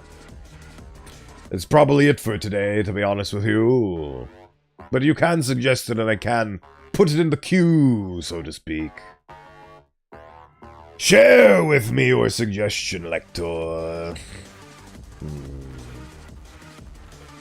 I'm such a fucking mess. She looks up at William standing silently with his mouth open and his eyes wide. He lowers his eyebrows, taking in all of her circumstances. And I just pushed you away. No, you have every right to hold a grudge. But I fought you. I tried to hurt you. I didn't even bother hearing what you've been through. I've been turned down this entire... you've been turned down this entire time, and I've... Right.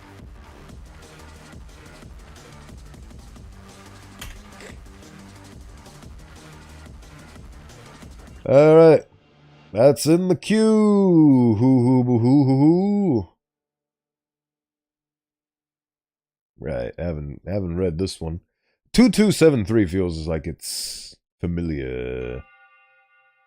I don't think it is, though. Right.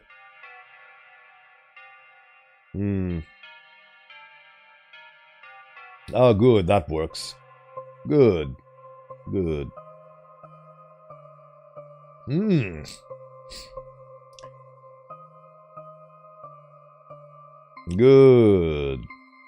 It all works.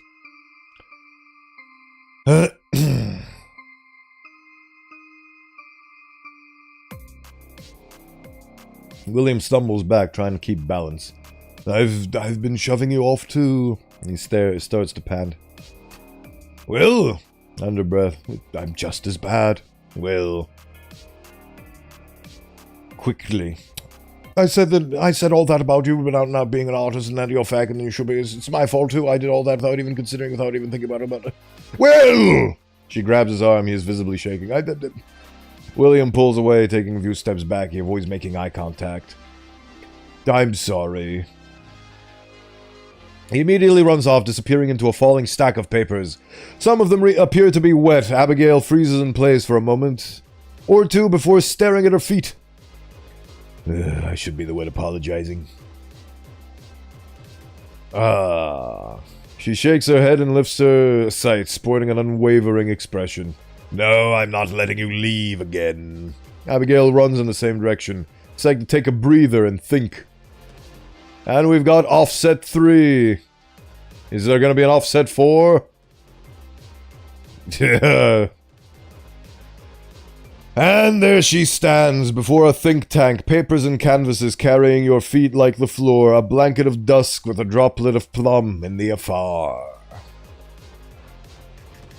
Bits and pieces of drafts disperse across the void, every possibility wrapped in a ball of home floats in a position, followed by a flight of stairs, bearing pastel visions. Abigail wastes no time to rush up to those stairs. Reaching a locked entrance, she knocks on the door once, then twice, then a third, to make sure. Nothing at all. She sighs, leaning back on the door and sliding down to it. She looks toward the endless ideas before her. Each piece represents a pint of passion.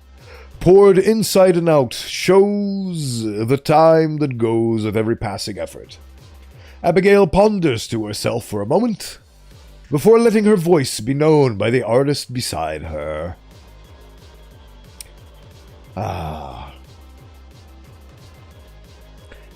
Will, I know you're in there. Moment of silence fills the air. He responds. I'm sorry, Abby. That's my line. You have nothing to apologize for. You're wrong. No, I'm not. You are! Heavy breathing can be heard from the other side. What are you even doing here anyway? You proved yourself. You don't have to deal with me. Go out there. Live with the art. Just leave me alone, please. Not without you. There wouldn't be a point if we can't meet at the top, talking about everything we missed with each other. You talk about every last painting you made. I talk about every last tale I wrote. You remember that, don't you? Don't bring that up. I feel even worse knowing that. I'm sorry. Stop saying that. Abigail wraps her arms around her legs. I'd marry you too, you know. I mean it, see? I can only do so much with a pen. You have the advantage of actually visualizing it on paper, on a canvas. Words can only take you so far, but with your painting skills, it can bring the piece together. Your drawing and my writing hand in hand, it's a beautiful combination. I'm not that good. Oh, now you're the one. Now you're the one having an imposter syndrome. Abigail Williams was an 11 to 12-year-old girl who, along with 9-year-old Betty Paris, was among the first children to accuse their neighbors of witchcraft. In 1692, these accusations eventually led to the Salem witch trials. Ah. That's a fun bombshell to drop on me in the middle of this Deltor. Oh, Abigail Williams, I see. So where the hell does Betty Paris come into this? Because there hasn't been a Betty Paris so far. Was among the first of the children to accuse their neighbors of witchcraft. So they were the first children to... Did you just Google Abigail William and you got that? Wait, so those were the girls. Oh yeah, Betty the Dragon, yeah. Oh yeah, Betty was the dragon, yeah. I forgot about Betty the Dragon. Huh. That's fun. That's a fun little thing to drop on me. I feel like I feel like Den of God was gonna reveal that to me when I finished reading and you just swiped it from him. But no worries, I'm just speculating. I got bombarded with Abigail and William so much I remembered it. Ah, fair enough. Ah!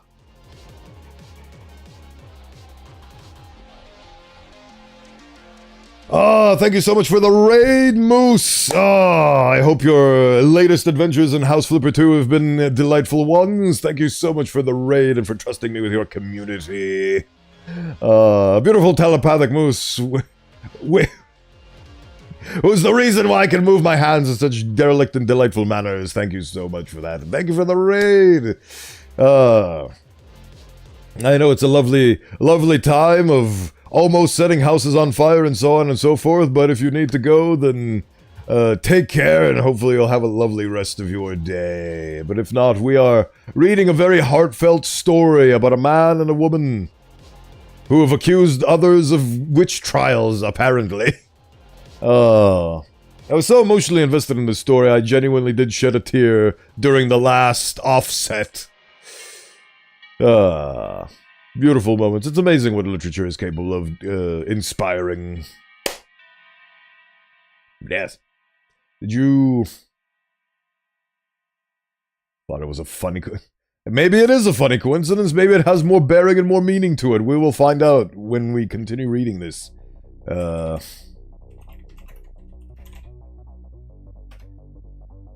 There we go, I get to do that for once.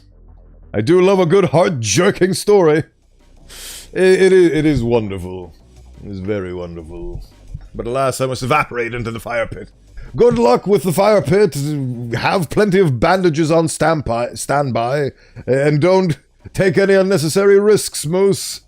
Thank you for your support. Take care. Take care. Bye.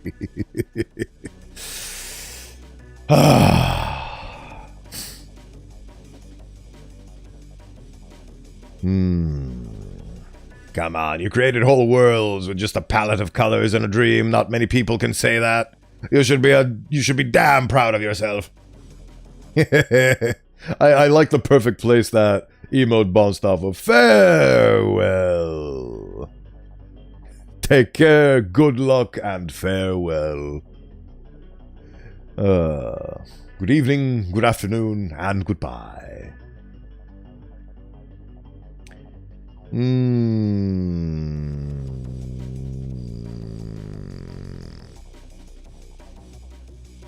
Well, look at you. In the years I put my vision together, you managed to do it under a day. Not only that, you somehow winded the clock back as easy as 1, 2, 3. Because you taught me. You're the teacher here, Abby. I just put my own spin on it. I wish I was a reality-bending, super-powerful, godlike entity that only cared about expressing themselves artistically. That way I wouldn't have to care about finances.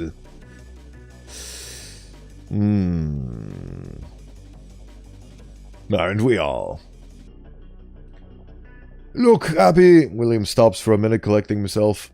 You're an artist. You can do anything. You can be anyone. You can go anywhere at any time. Why do you want to be with me, of all people? Why not some other painter who won't immediately shut you off in a moment's notice? Our lovely boy William feels bad, doesn't he? Abigail rests her face on the door, speaking in a hushed tone. Because you're the only person worth writing for. She waits for a response. There is none. I guess I'll just take my leave, then.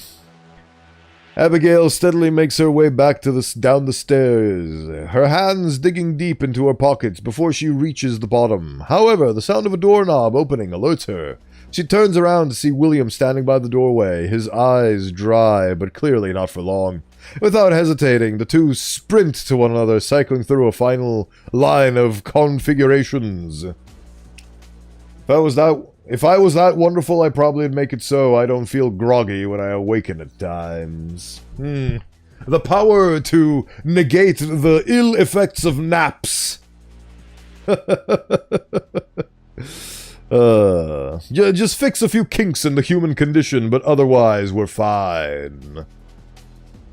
Astronauts, mimes, stacks of appliances, sticky note drawings, ventriloquist dummies, 8-bit recreations, Christmas elves, marching band members, wonders of the arts. I love how that's in green for reasons. Humanoid robots, floating masses of fish forming a body, slithering gummy worms, life-size mugs printed with their images, fast food mascots, little misters, heads replaced with home teleporters, wind instruments with legs, wind-up toys, a collection of stories, artists leaving a mark on the world. They close the distance, reaching in for a hug. Fun fact, green text is SCP-4000.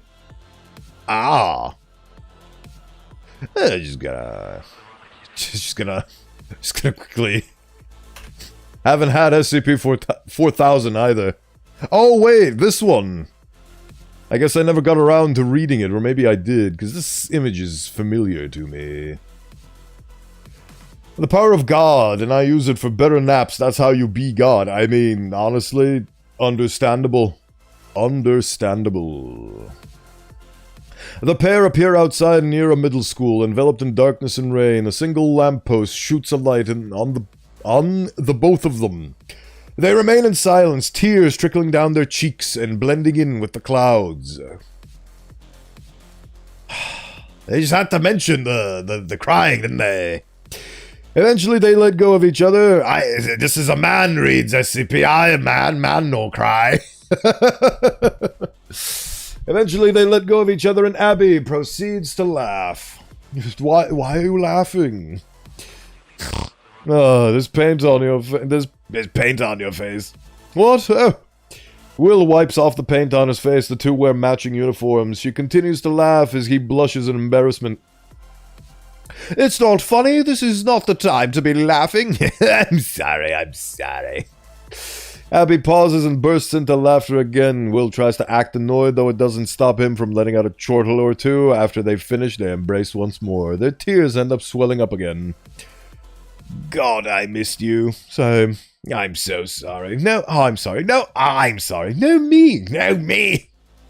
Pause. They laugh again before gradually going silent. Everything falls into place like nothing is going wrong, like it's going to be okay. Back to their bygone era. This is the best story you've ever written. I mean it. A pair of artists finally reunite. Thank you. Growing each and every single day.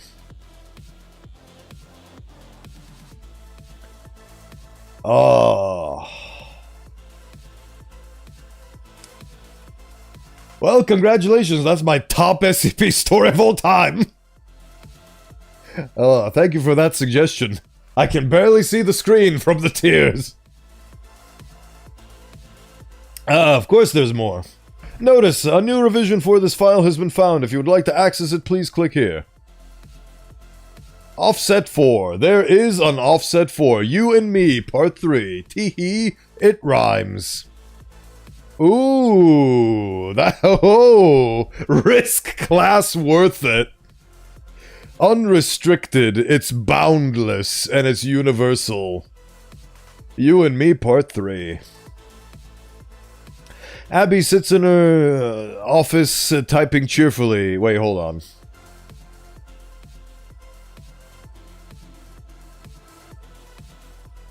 Okay, it did change her name. Okay, it did change them to Abby and Will.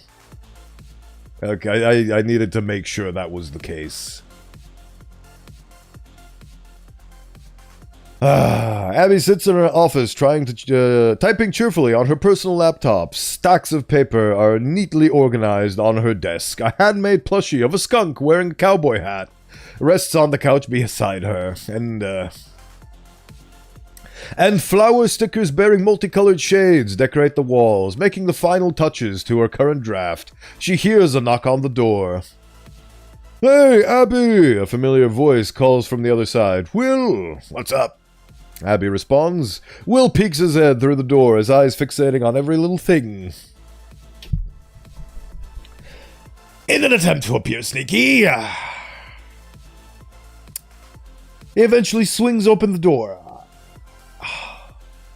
This is definitely tying for first place with media properties that have caused me to bawl my eyes uncontrollably on stream.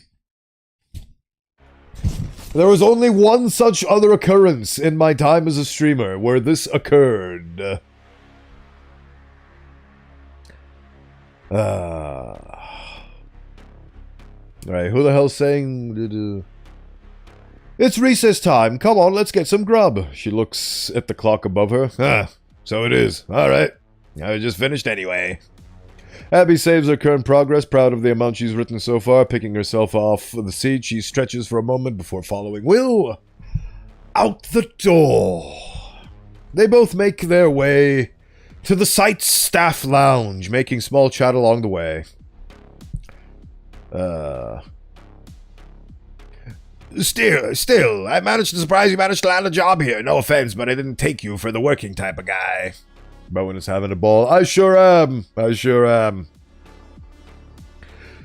can be a hardworking Joe too, especially if it means we can keep coming up with much more art together. I'll take it any day of the week. Sure. Doesn't that change how quickly we're able to make it? Doesn't change how quickly we're able to make it. Got something to explain, mister? Don't look at me, you're the writer here. You turned the clock so far back even before I started my worldwide tour. My hands are clean, thank you very much. What, so you're saying I'm the perpetrator here? They actually reversed time to the point before he revealed himself onto the world with his reality bending. Huh. Well, think about it. Will turns to Abby with a raised eyebrow. Maybe, just maybe, you wanted to make things easier for the both of us. Start us off on a better foot. With all the things we've been through up until now, you figured you might as well start over. Doing a redo, touching it up a bit, rewrite it, some would say. Maybe this is your way of writing things out. The pair turn a corner. Abby ponders for a while. Actually makes sense. It's just a theory, though. I might be looking too much into things. They enter the staff lounge. Being the only people who have arrived, Will makes a run for the couch, diving into its cushions, while Abby goes for the fridge beside it. I'm a tad annoyed, though. Abby turns to Will, waiting for him to explain. Despite a moment's passing, he doesn't bother to elaborate, prompting her to nudge him forward instead. How come? Why do you work for these chumps? They kind of suck. They're not bad. We'll promise. Besides, Abby leans in, whispering into his ear. We can always do it in secret if you'd like. She steps back before putting a finger on her chin, rubbing. Ooh. Another anomalous entity engagement division hub.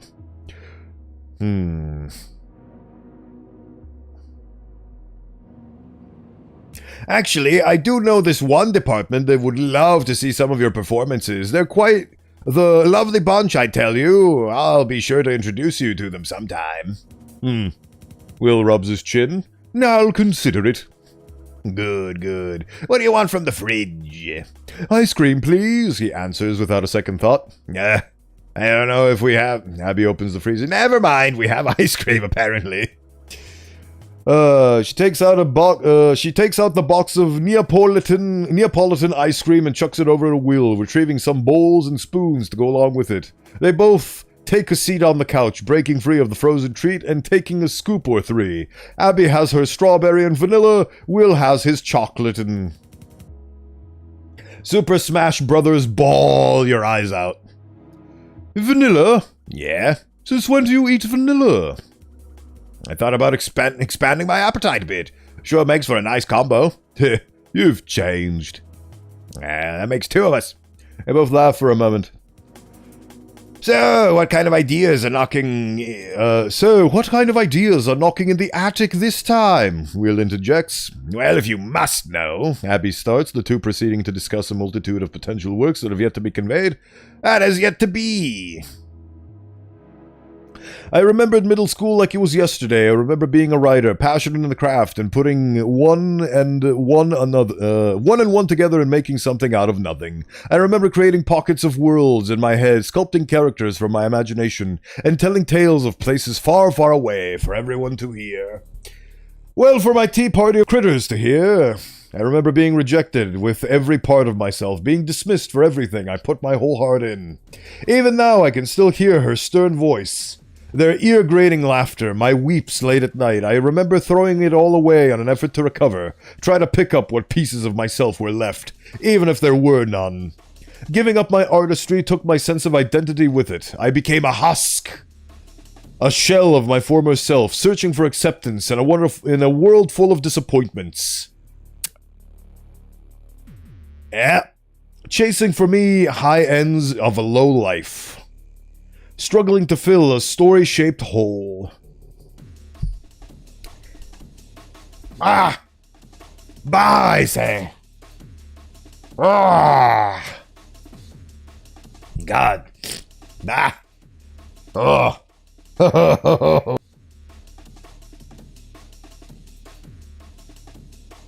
Some noises are not meant for the live stream. No. But then... I can get through it. I can read through this. I can do it. But then I saw you in the distance waving at me. I saw you wearing imagination on your sleeve, passion on your shoulder. God damn it. You were waiting for me, sitting on top of the world to meet me.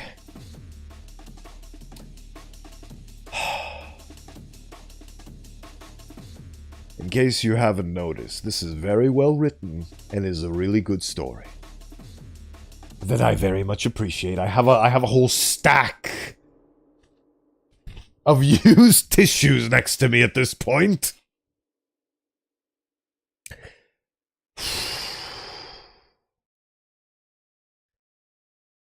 If only that was a redeem.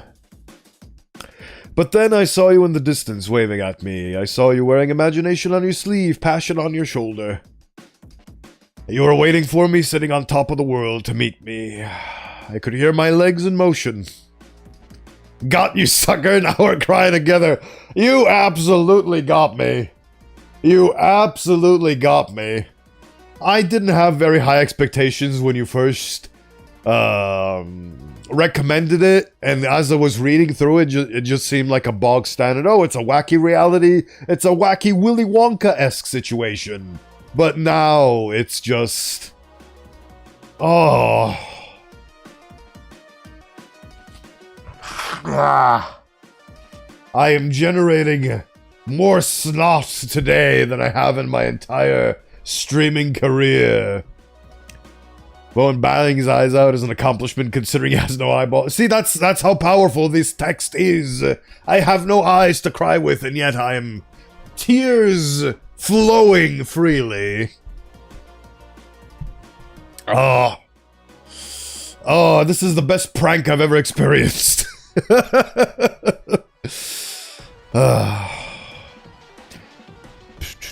I could hear my legs in motion, the gears turning. It's like I could go out without a warning. A firework in the night.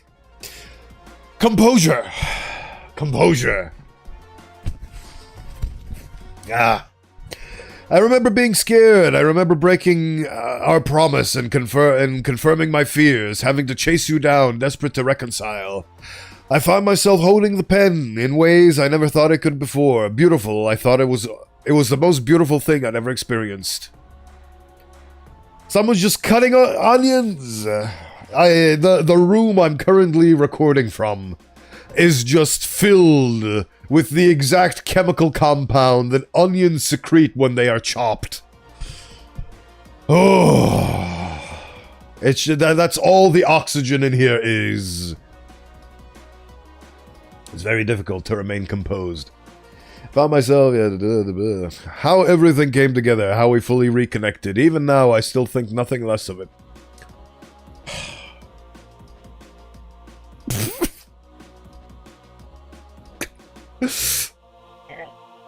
Yep. This is no longer tied for first place.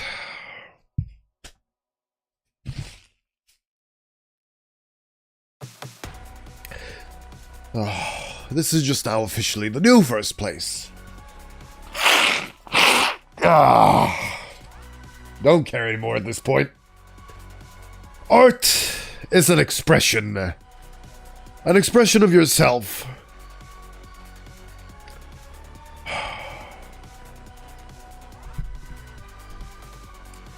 Everything you need is already in your hands. Whether it's a pen or a brush or something in between. And the only thing that matters is you.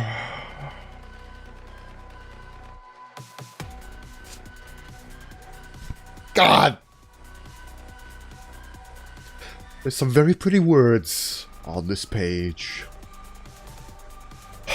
The only thing that matters is you, pouring every bit of yourself into each word. Sprinkling all your love for your craftsmanship. But there are few things better than this feeling of freedom.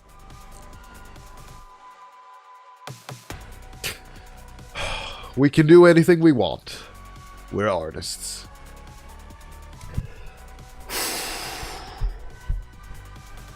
Ooh, mama!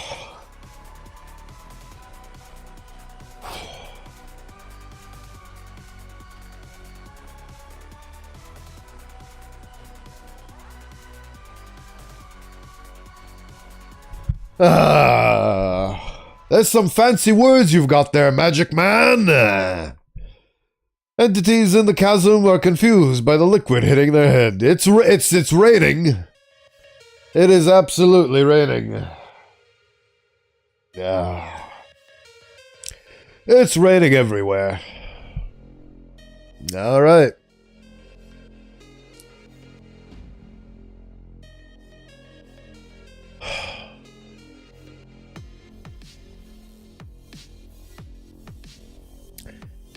What words can I convey that are my own, that speak better than the volumes that were expressed within the confines and the contents of these pages? A bit of a bummer that not many know about this. I know a couple of people in my life that I'm immediately gonna share this with the moment I finish streaming. I can tell you that for certain. 8245 is now my new favorite. is my new 4 favorite numbers. 8245. Numbers to remember. Oh. It speaks to my soul.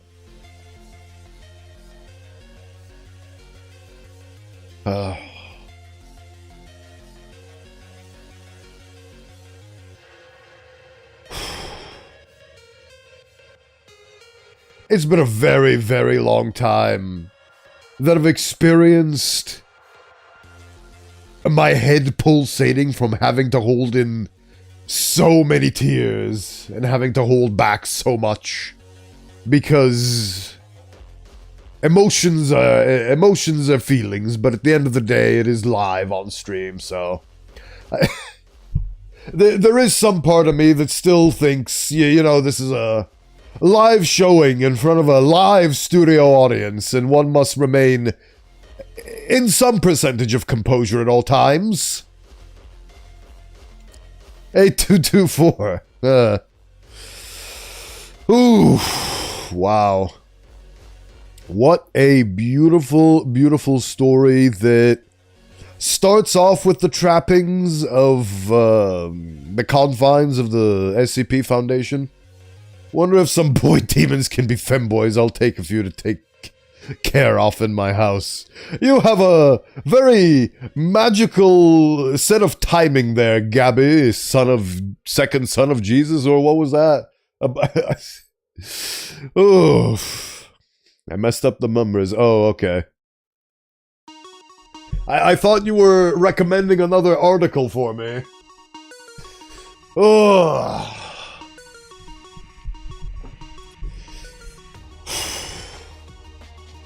It was a very apt use of my time to make the thumbnail for this particular stream.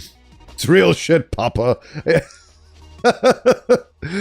Oh, I have no doubts. I have no doubts. No doubts. Right. Oh. Wow. Beautiful.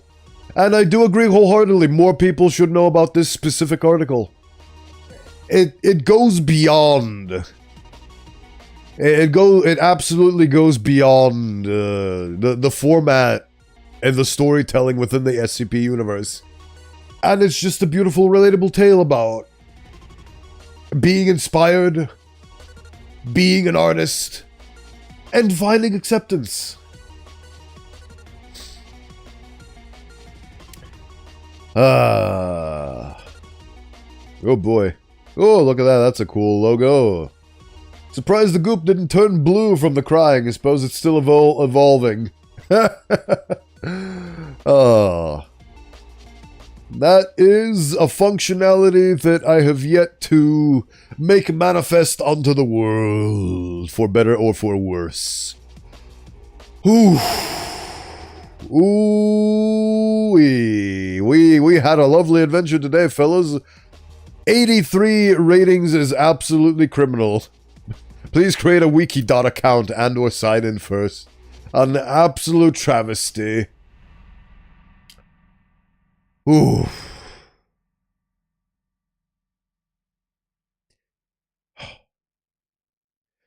I really needed this. Life is a roller coaster of good times and bad times. And, well, you need some works of art to remind you when bad times need not be all that bad. Great SCP choice, wish there was more like it. There probably is. They're probably just as obscure as this one, because it is a very feely story that completely sheds the trappings of SCP in favor of just telling a really good story. It stopped being SCP after the first offset, I think. No, after the second offset. Yeah. Because it was still like, oh yeah, the Foundation is like recording her and so on and so forth, but it basically stopped being a tale of SCP around this point, and it just started being the writers just doing their thing as best they could. Who the hell made this? By Wink. Oh, of course somebody who'd make such an emotional story would be called Wink Wonk Boy, similar to how the Friday Night Funkin' song that was inspired by the passing of a person in the community was called Silly Billy. Oh, I have no doubt. No doubts at all. But yes, this was a phenomenal SCP choice and one I will endeavor to commit to memory because it was de facto. Even though it doesn't really... The thing is that the best SCP story that I've read is a number that I can't even remember, but it's basically that underground eel monstrosity thing that they feed humans to be able to secrete amnestic juice. That thing, I forgot what its number was. But that felt like the most, like, grounded in SCP story that sheds the light of how exact... 3002. Is it that one? Hold on. I think that's the one. Taboo. The hell? Oh yeah, Bigfoot is an SCP. No, it's not this one. No, not this one. That felt like it was very grounded within the SCP lore because it's a horror beyond my comprehension. 3000? Oh yeah, it is 3000. Wait, hold on. Okay, yeah, this thing. This thing felt like the best SCP story because it was very grounded within the lore of SCP and maintained its SCP structure and composure throughout the whole thing while expressing horrors beyond our comprehension and the things the SCP Foundation has had to do in the name of gaining really nice resources and so on and so forth. But this is definitely the story that, while reaching outside the boundaries of the trappings of SCP, article confines and conventions, has made me feel the most. And as such, it's my favorite. Not because it's the best SCP story, but because it's the story that I've read so far that speaks the most to my soul. And oh boy, does it speak to my soul.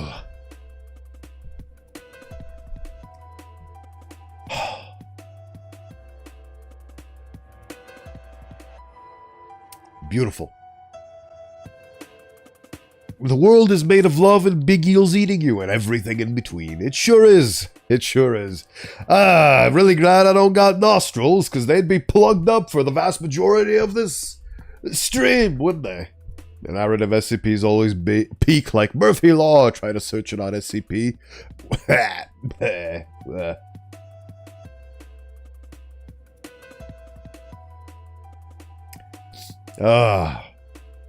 Managed to generate more snot today than the past 5 months combined. Whew. Oh, definitely need to recharge the tier banks with this hydration. Thank you, Oscar. Oh, hooey. Right. What have we got? Murphy Law.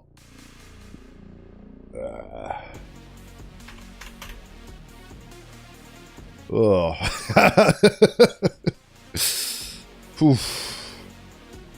Where's the search bar? I forget. Oh yeah. It's not even a bar, it's a search button. There it is. Murphy Law in Murphy's Law Hub. Whoever writes meta should see to it that in the process he does not become meta. And if you gaze long enough into your navel will gaze back into you. Sigmund Freud. Yeah, that's definitely what he said. Oh. Oh. Whoa. The SCP Wiki are the SJWs that are killing cancer. Also, stop editing my quotes to make me look stupid. A 1937 Olympia Elite typewriter. No. I have no idea what I'm looking at. Well, we know what Bo will be doing after stream. Not existing, because Bo only exists while we perceive him. But if he did, he'd be ballin'. Absolutely, I'm gonna go play some bowling so I can ball while I bowl. Oh. Just, if I had a hat right now, I'd be tipping it in favor of this beautiful writer and their works. Wink wonk boy. Mwah. Mwah. Oh. Simply astounding. Right. All right. Well, I've got a lot of right. Let's start with oh god. Let's take a picture of all of these and send it over to myself so that I remember which articles I've got for next time I do article reading, which is most likely going to be next week. Right, that's been sent that way. Right. Ah! And now we're over here. Oh, what a beautiful Friday. That was a absolutely just again, I as somebody who likes to express themselves using a plethora of very smart sounding words and think of themselves as something of a wordsmith, I just have no words that can possibly amount to how I feel and how that article has made me feel. So, I won't try. Good stuff. I read it. You were there when I read it. I hope you got the point, because if not, I'd recommend you read it for your own self in your own time, because it was just... Mwah, mwah. I kind of feel bad that I made Will sound like like a posh British man, and Abigail for sounding like the Wicked Witch of the West, but simultaneously, I do have an entertainment quota to fill, so thank you for those lovely reads today. I hope your weekend is as blessed and joyful. Same to you, Oscar, and say hello to the missus for me. It's lovely to have you all around and to share an audience with these wonderful pieces of literature. Right. Let us figure out who the hell we are transitioning over to. There is opportunity in this world. There is opportunity. Like this one. Abby smoked out, yeah. I was going for Wicked Witch of the West and or Dr. Girlfriend from the Venture Brothers. It was a lovely time. Right. Thank you, Killshot. Your support is always appreciated. No matter what form it takes. Just being here is enough for a little old me. Right.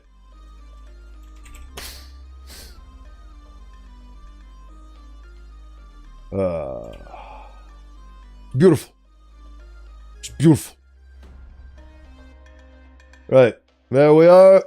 Enjoy the lovely artistry of Mer and Frog. They are a duo channel. One being an artist, the other one being... one of them being a 2D VTuber artist, the other one being a 3D VTuber, and they make lovely things, including... if I could... all of these lovely emotes! Look at them! They're beautiful! And they drew those, so we're gonna go over the raid of them, because they also raided me last time! So it's a lovely circular raid. Right. Thank you so much, everybody, for stopping by. Thank you for being with me on this journey, holding my hand as I cried like a baby into a mountain of napkins that I will have to dispose of now. And I shall see you next week for a yet as of undetermined schedule, which will be dropping, as always, on Sunday. At some point from Sunday to Sunday. It's a 24-hour gap period that I have to figure out when to put the schedule. So I will do that. But until then, goodbye.